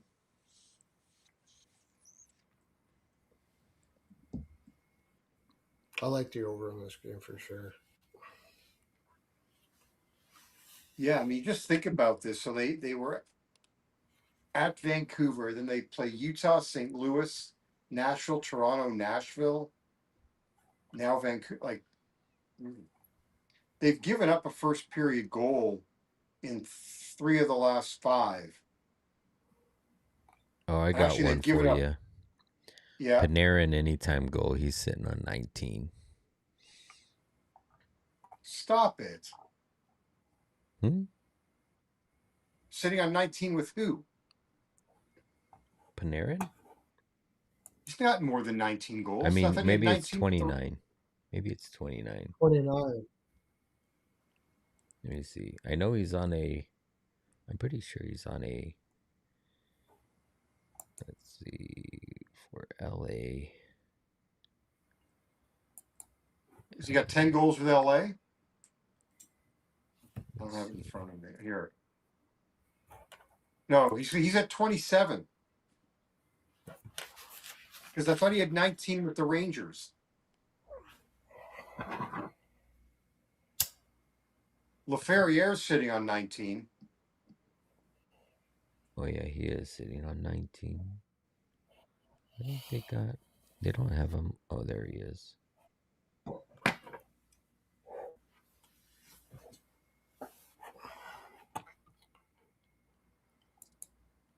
That's weird.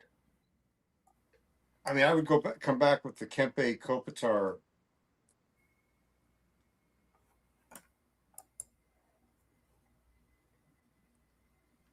I don't know why I Hang saw on a that. second. Played Vancouver March 26th. Maybe it was I mean, they LaFerriere. beat Vancouver like 2 weeks ago, 4-0.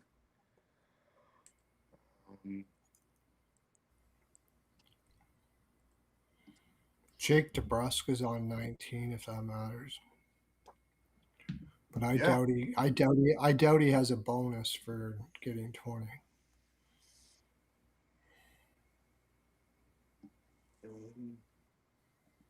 No, but players like to say they had X number 20 goal seasons. Yeah. Well, I mean, I would buy into that.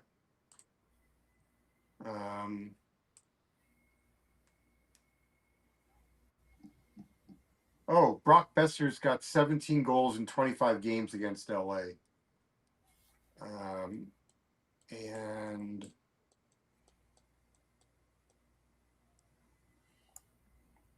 played the 4-0 game. Oh, it's Kemper. Yeah. It'll be Forsberg. I'd be shocked if I'd be shocked if it wasn't Forsberg. yeah, it's got to be. Kemper's just Bad. Please, for the over, give me Kemper. Give me Kemper. Right.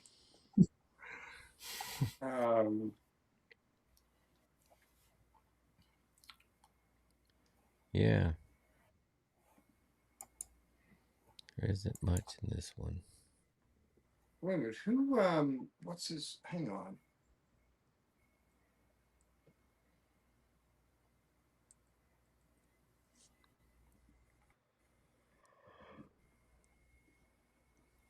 Thank you all, 36 of you guys, for hanging out and hanging with us. We are a little over 3 hours, 3.5 hours. 14 It's game not slate. bad, actually. Last game. We should be wrapping up here in the next 15 minutes, I would say. Yeah, better be.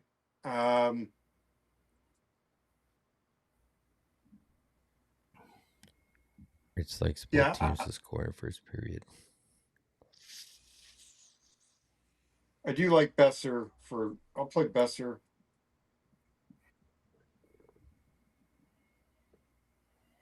I think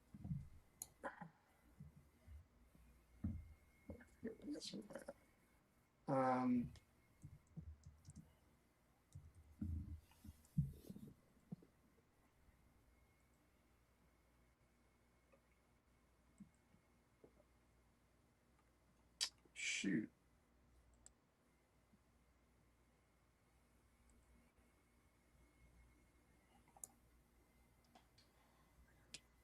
Yeah. All right. That's it. What did we say? We said LA team total. Yeah, I kind of like their team total there. But you had the over 5.5, right? I don't think Topo Chico is gonna go off 2 games in a row. Where did you get the 5.5, Pearlo?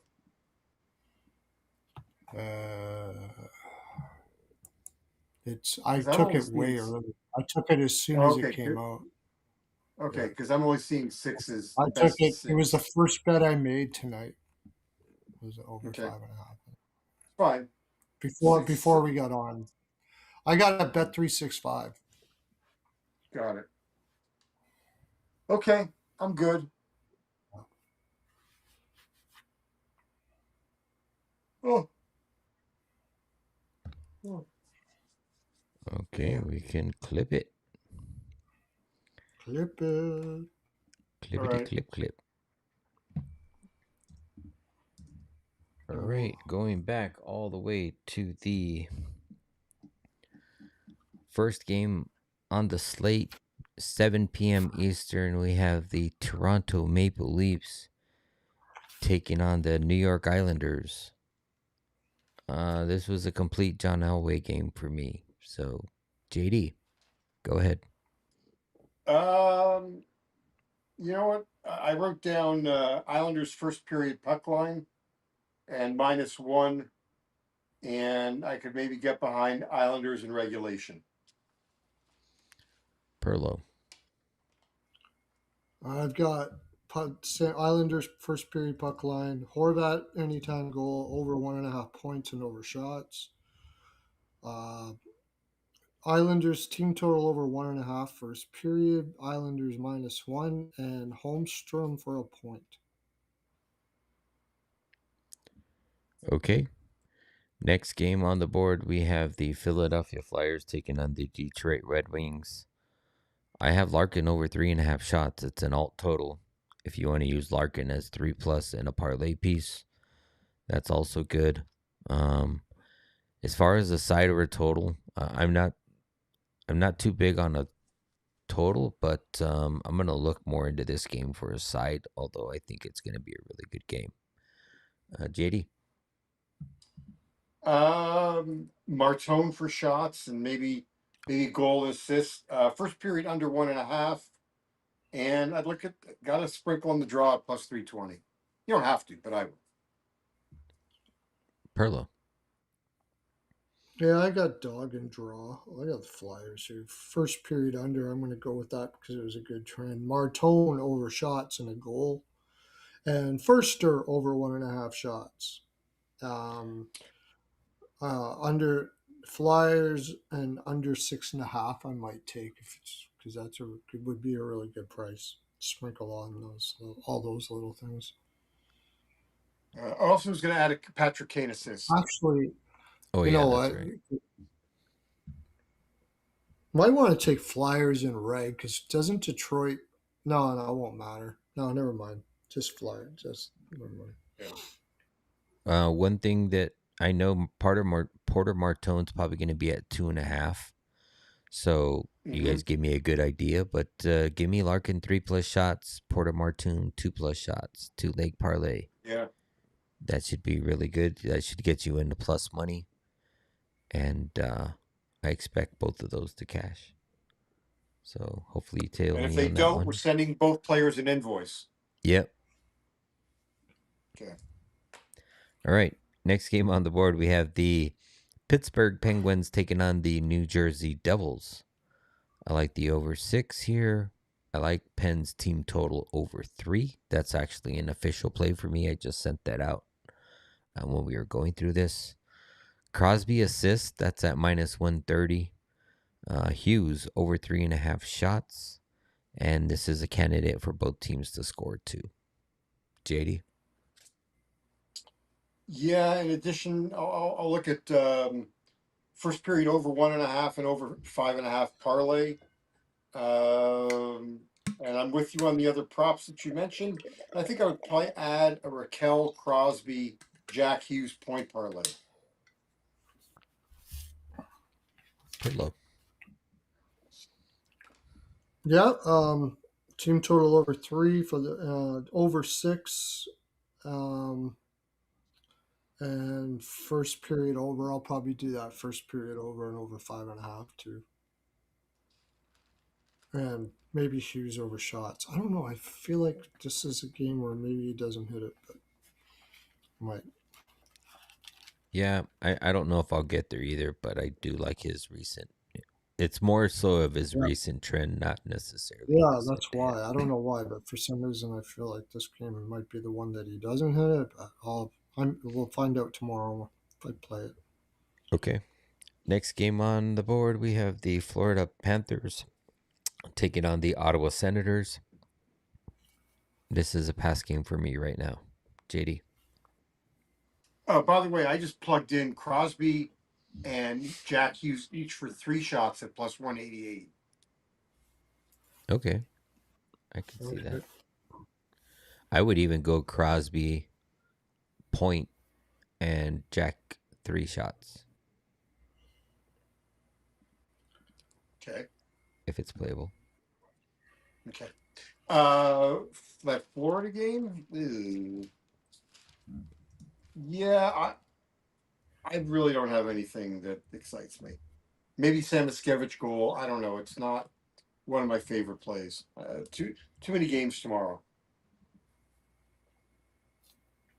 Senators first period puck line, second period puck line, and Brady Kachuk over shots. Okay. Okay. Next game we have is the Tampa Bay Lightning taking on the Montreal Canadiens. I really don't have a whole lot in this game, more so because I just want to dig deeper into it. I think this is going to be a good game and a tight game, but I do like JD's look on that Kucherov anytime goal. JD. Yeah, then I'll add in the Slavkovsky and Caulfield goals as well. Um, that's pretty much it for now. Perlo. All I have is a Canadians money line for a little bit. That's it. Oh, Demidov Slavkovsky point parlay. That was the other one. Okay. Next game we have is the Blue Jackets taking on the Buffalo Sabers. I like both teams to score 2 in this one, and I will dig deeper for more sides, totals, and props. JD. Um, yeah, I have to wait to see who's starting because if I lean to the over 6 because I'm Alex Lyon is just it's been really bad.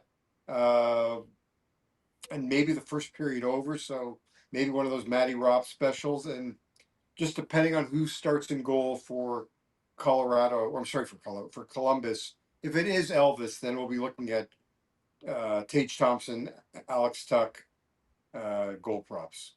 But yeah, I've got first period over 1.5 and over 6 right now. Is those are the ones I'm leaning to. Pearlo. That's what I have. First period over 1.5 and over 6. Okay. Next game, we are now in the 8 p.m. Eastern slate. We have the Winnipeg Jets taking on the St. Louis Blues. Possibly looking at Snuggerud over 2.5 shots in this one. I do like the under, thinking about the under first period, under full game. I'm not sure if I'll get there, but those are the only two things I have written down. JD? Just Holloway over 2.5 shots on goal. A Robert Thomas goal and first goal of the game for the first Blues goal. And then I think I'm going to go with the under 6.5 and the Penguins over 5.5 in a parlay. Pearlo. Oh, and if it's Bennington, Hayden Fleury goal.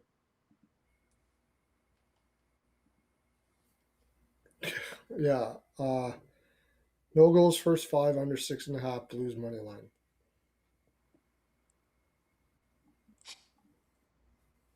Okay, next game we have the Carolina Hurricanes taking on the Chicago Blackhawks. We did not discuss this game, but it is a pass for me right now until I look deeper into it.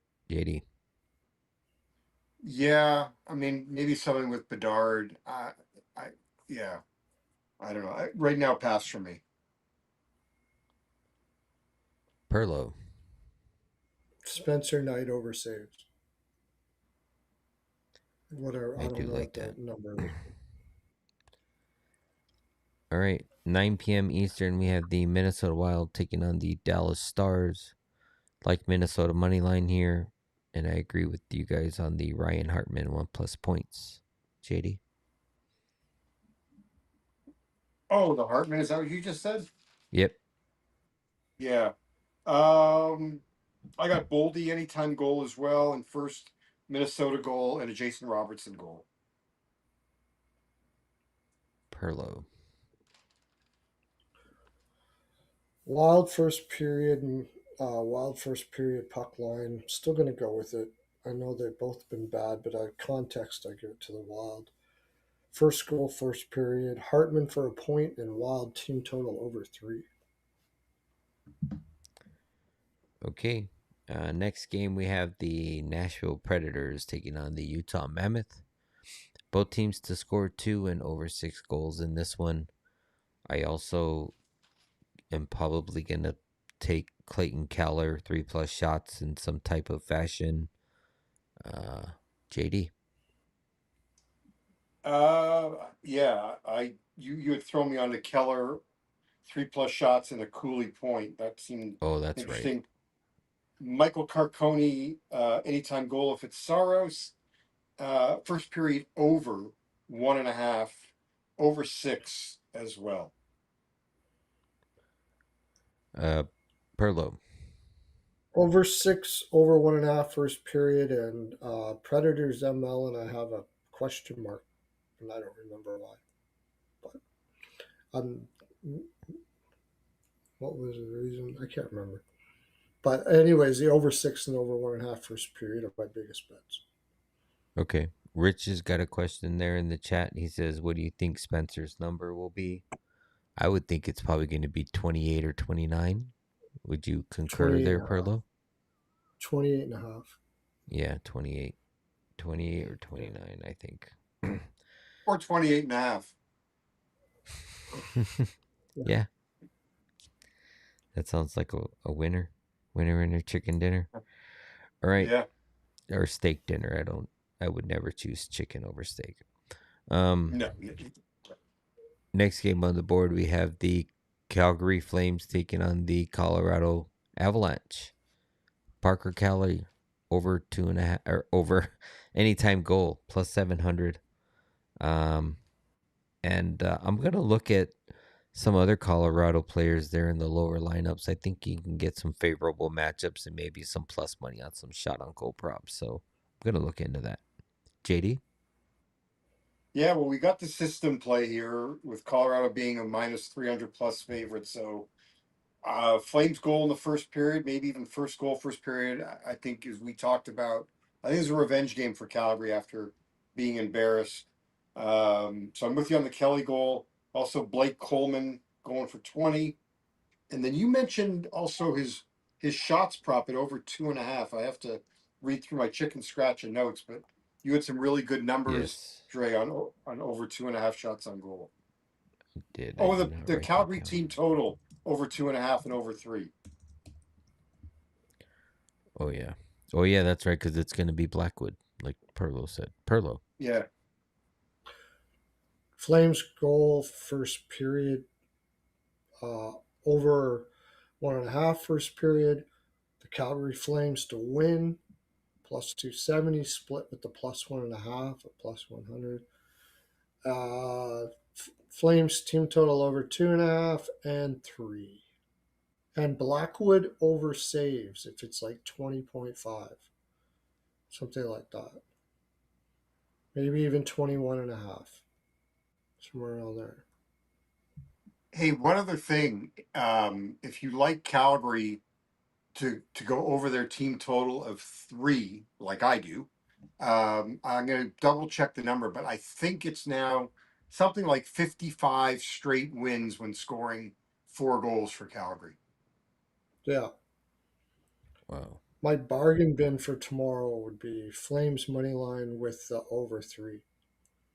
That would be huge. Be plus 1,000 or something like that. Okay.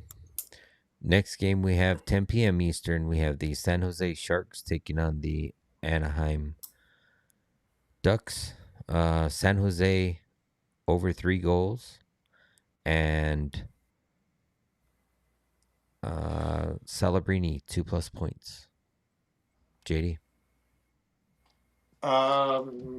Yeah, I'm with you on that. And yeah, I wrote Sharks team total over 2.5, over 3. Oh, Zellweger, definitely. I'll play him for.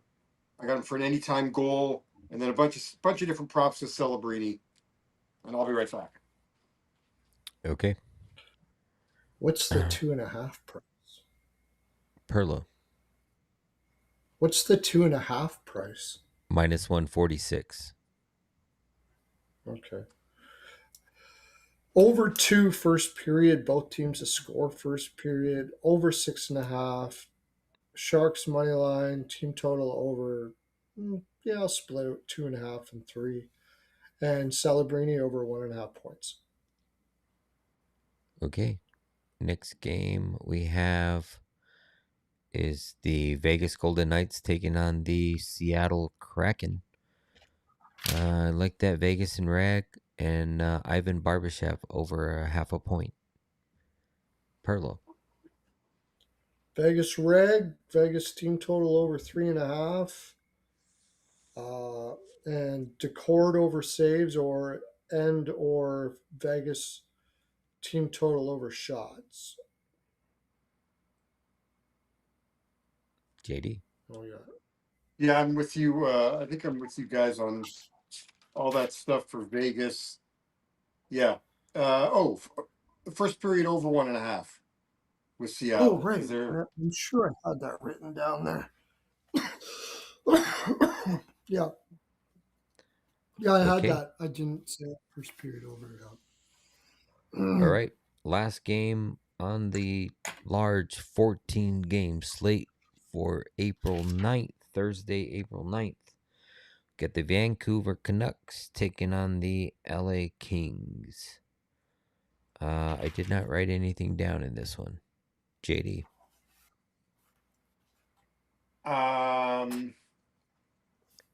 Oh, hang on. I just wrote down over 6 right now, and a Brock Besser goal, and Kempe Kopitar point parlay. Perlo. I'm just going to stick with the over 5.5. I might go Kings team total over, but I don't like trusting the Kings to do anything. That's a problem. Because you're a wise And guy. then there's a look ahead spot, and there's like all kinds of stuff there. Yeah. If anybody's going to take their eye off the ball, it's the LA Kings. So, Yeah. Not with their coach. What are you talking about? DJ Smith will have him dialed in, right, JD? Thank you He'll have them all, dialed. 30 some of you guys, for tuning in for us for a little over 3 hours and 45 minutes for a 14-game slate. We will not be on tomorrow because there is no games on Friday, but we will. Pearlo's running a show on Friday night, correct, Pearlo? You'll be on Yes, Friday night? Friday night I'll be on. Yeah. Yep. So you better I'll follow me. let you know if I can make it. I may be able to make it. And then we will be on Saturday morning on my channel at 10. We might go a little earlier. I don't know. We were doing 10:30, right, JD? Is that what we were Yeah, we doing? just got I think we have a bunch of early games on Saturday. We may Yeah. want to. So maybe we'll hop on at 10 a.m. Eastern, Yeah. 7 a.m. 15 games on that day. I probably Yeah. want to start a little. Yeah. So we'll do that and do a lot of our research Friday night so we can roll through that one. Hopefully we'll get through. We got through that last one, I think, in an hour and 30 minutes. So hopefully we can do that. But you can find me over on X, Instagram, and YouTube at Exotic Wagers with the Z. You can also find the Legacy Sports Discord and on any of my bios for the free Legacy Sports Discord, where you can get all of my official bets. Pearlo, tell them where they can find you. Pearlo's NHL POW. And over there, you've got just a week left to get in for $50 to $80 a year, depending on what you want for my winnable. And you can find all the information over there at Pearlo's NHL POW. Yeah. And JD, got Yeah, your I'm so columns? I my column for VSiN to go over these 15 games. You can read all my ingenious picks here. That'll be out at 2 p.m. Eastern, roughly on Thursday, and 9:30 p.m. Sunday on VSiN. That'd be Pacific time. That's what's going on the rest of the week. By the way, I was just playing around on DraftKings and Bet Rivers doing the parlay with Calgary team total over and what do you call it? And over and the money line. Bet Rivers was giving you a price of plus 280, and DraftKings was 262. Like what is going on? Yeah. What? Parlay Calgary money line and team total over? Yeah. That's what are you talking about? That doesn't make any sense. I don't know. It's That like should we're be not going to let you do it, essentially. pretty Yeah, much. because I it's I it's had like to the same I number, had to right? make Pretty sure. much. Pardon? Yeah. It's like the same number as the money line or Yeah, worse. it's worse. That's It's crazy. worse than the money line. Yeah, that Yeah. does not make sense. No, that's All why I right. tried it. At first, I did it at Bet Rivers, and then I went to DraftKings, and they're both, just whatever. So, have a great rest of your night. Thanks everybody for tuning in. Yeah, thank you guys for all tuning in. Like I said, on my channel here, we'll be back on Saturday morning, 10 a.m. Eastern. And we will be on Pearlo's channel Friday night for the Saturday games. Thank you guys all for tuning in for this almost 4 hour. And we will catch you guys on the next one. Peace.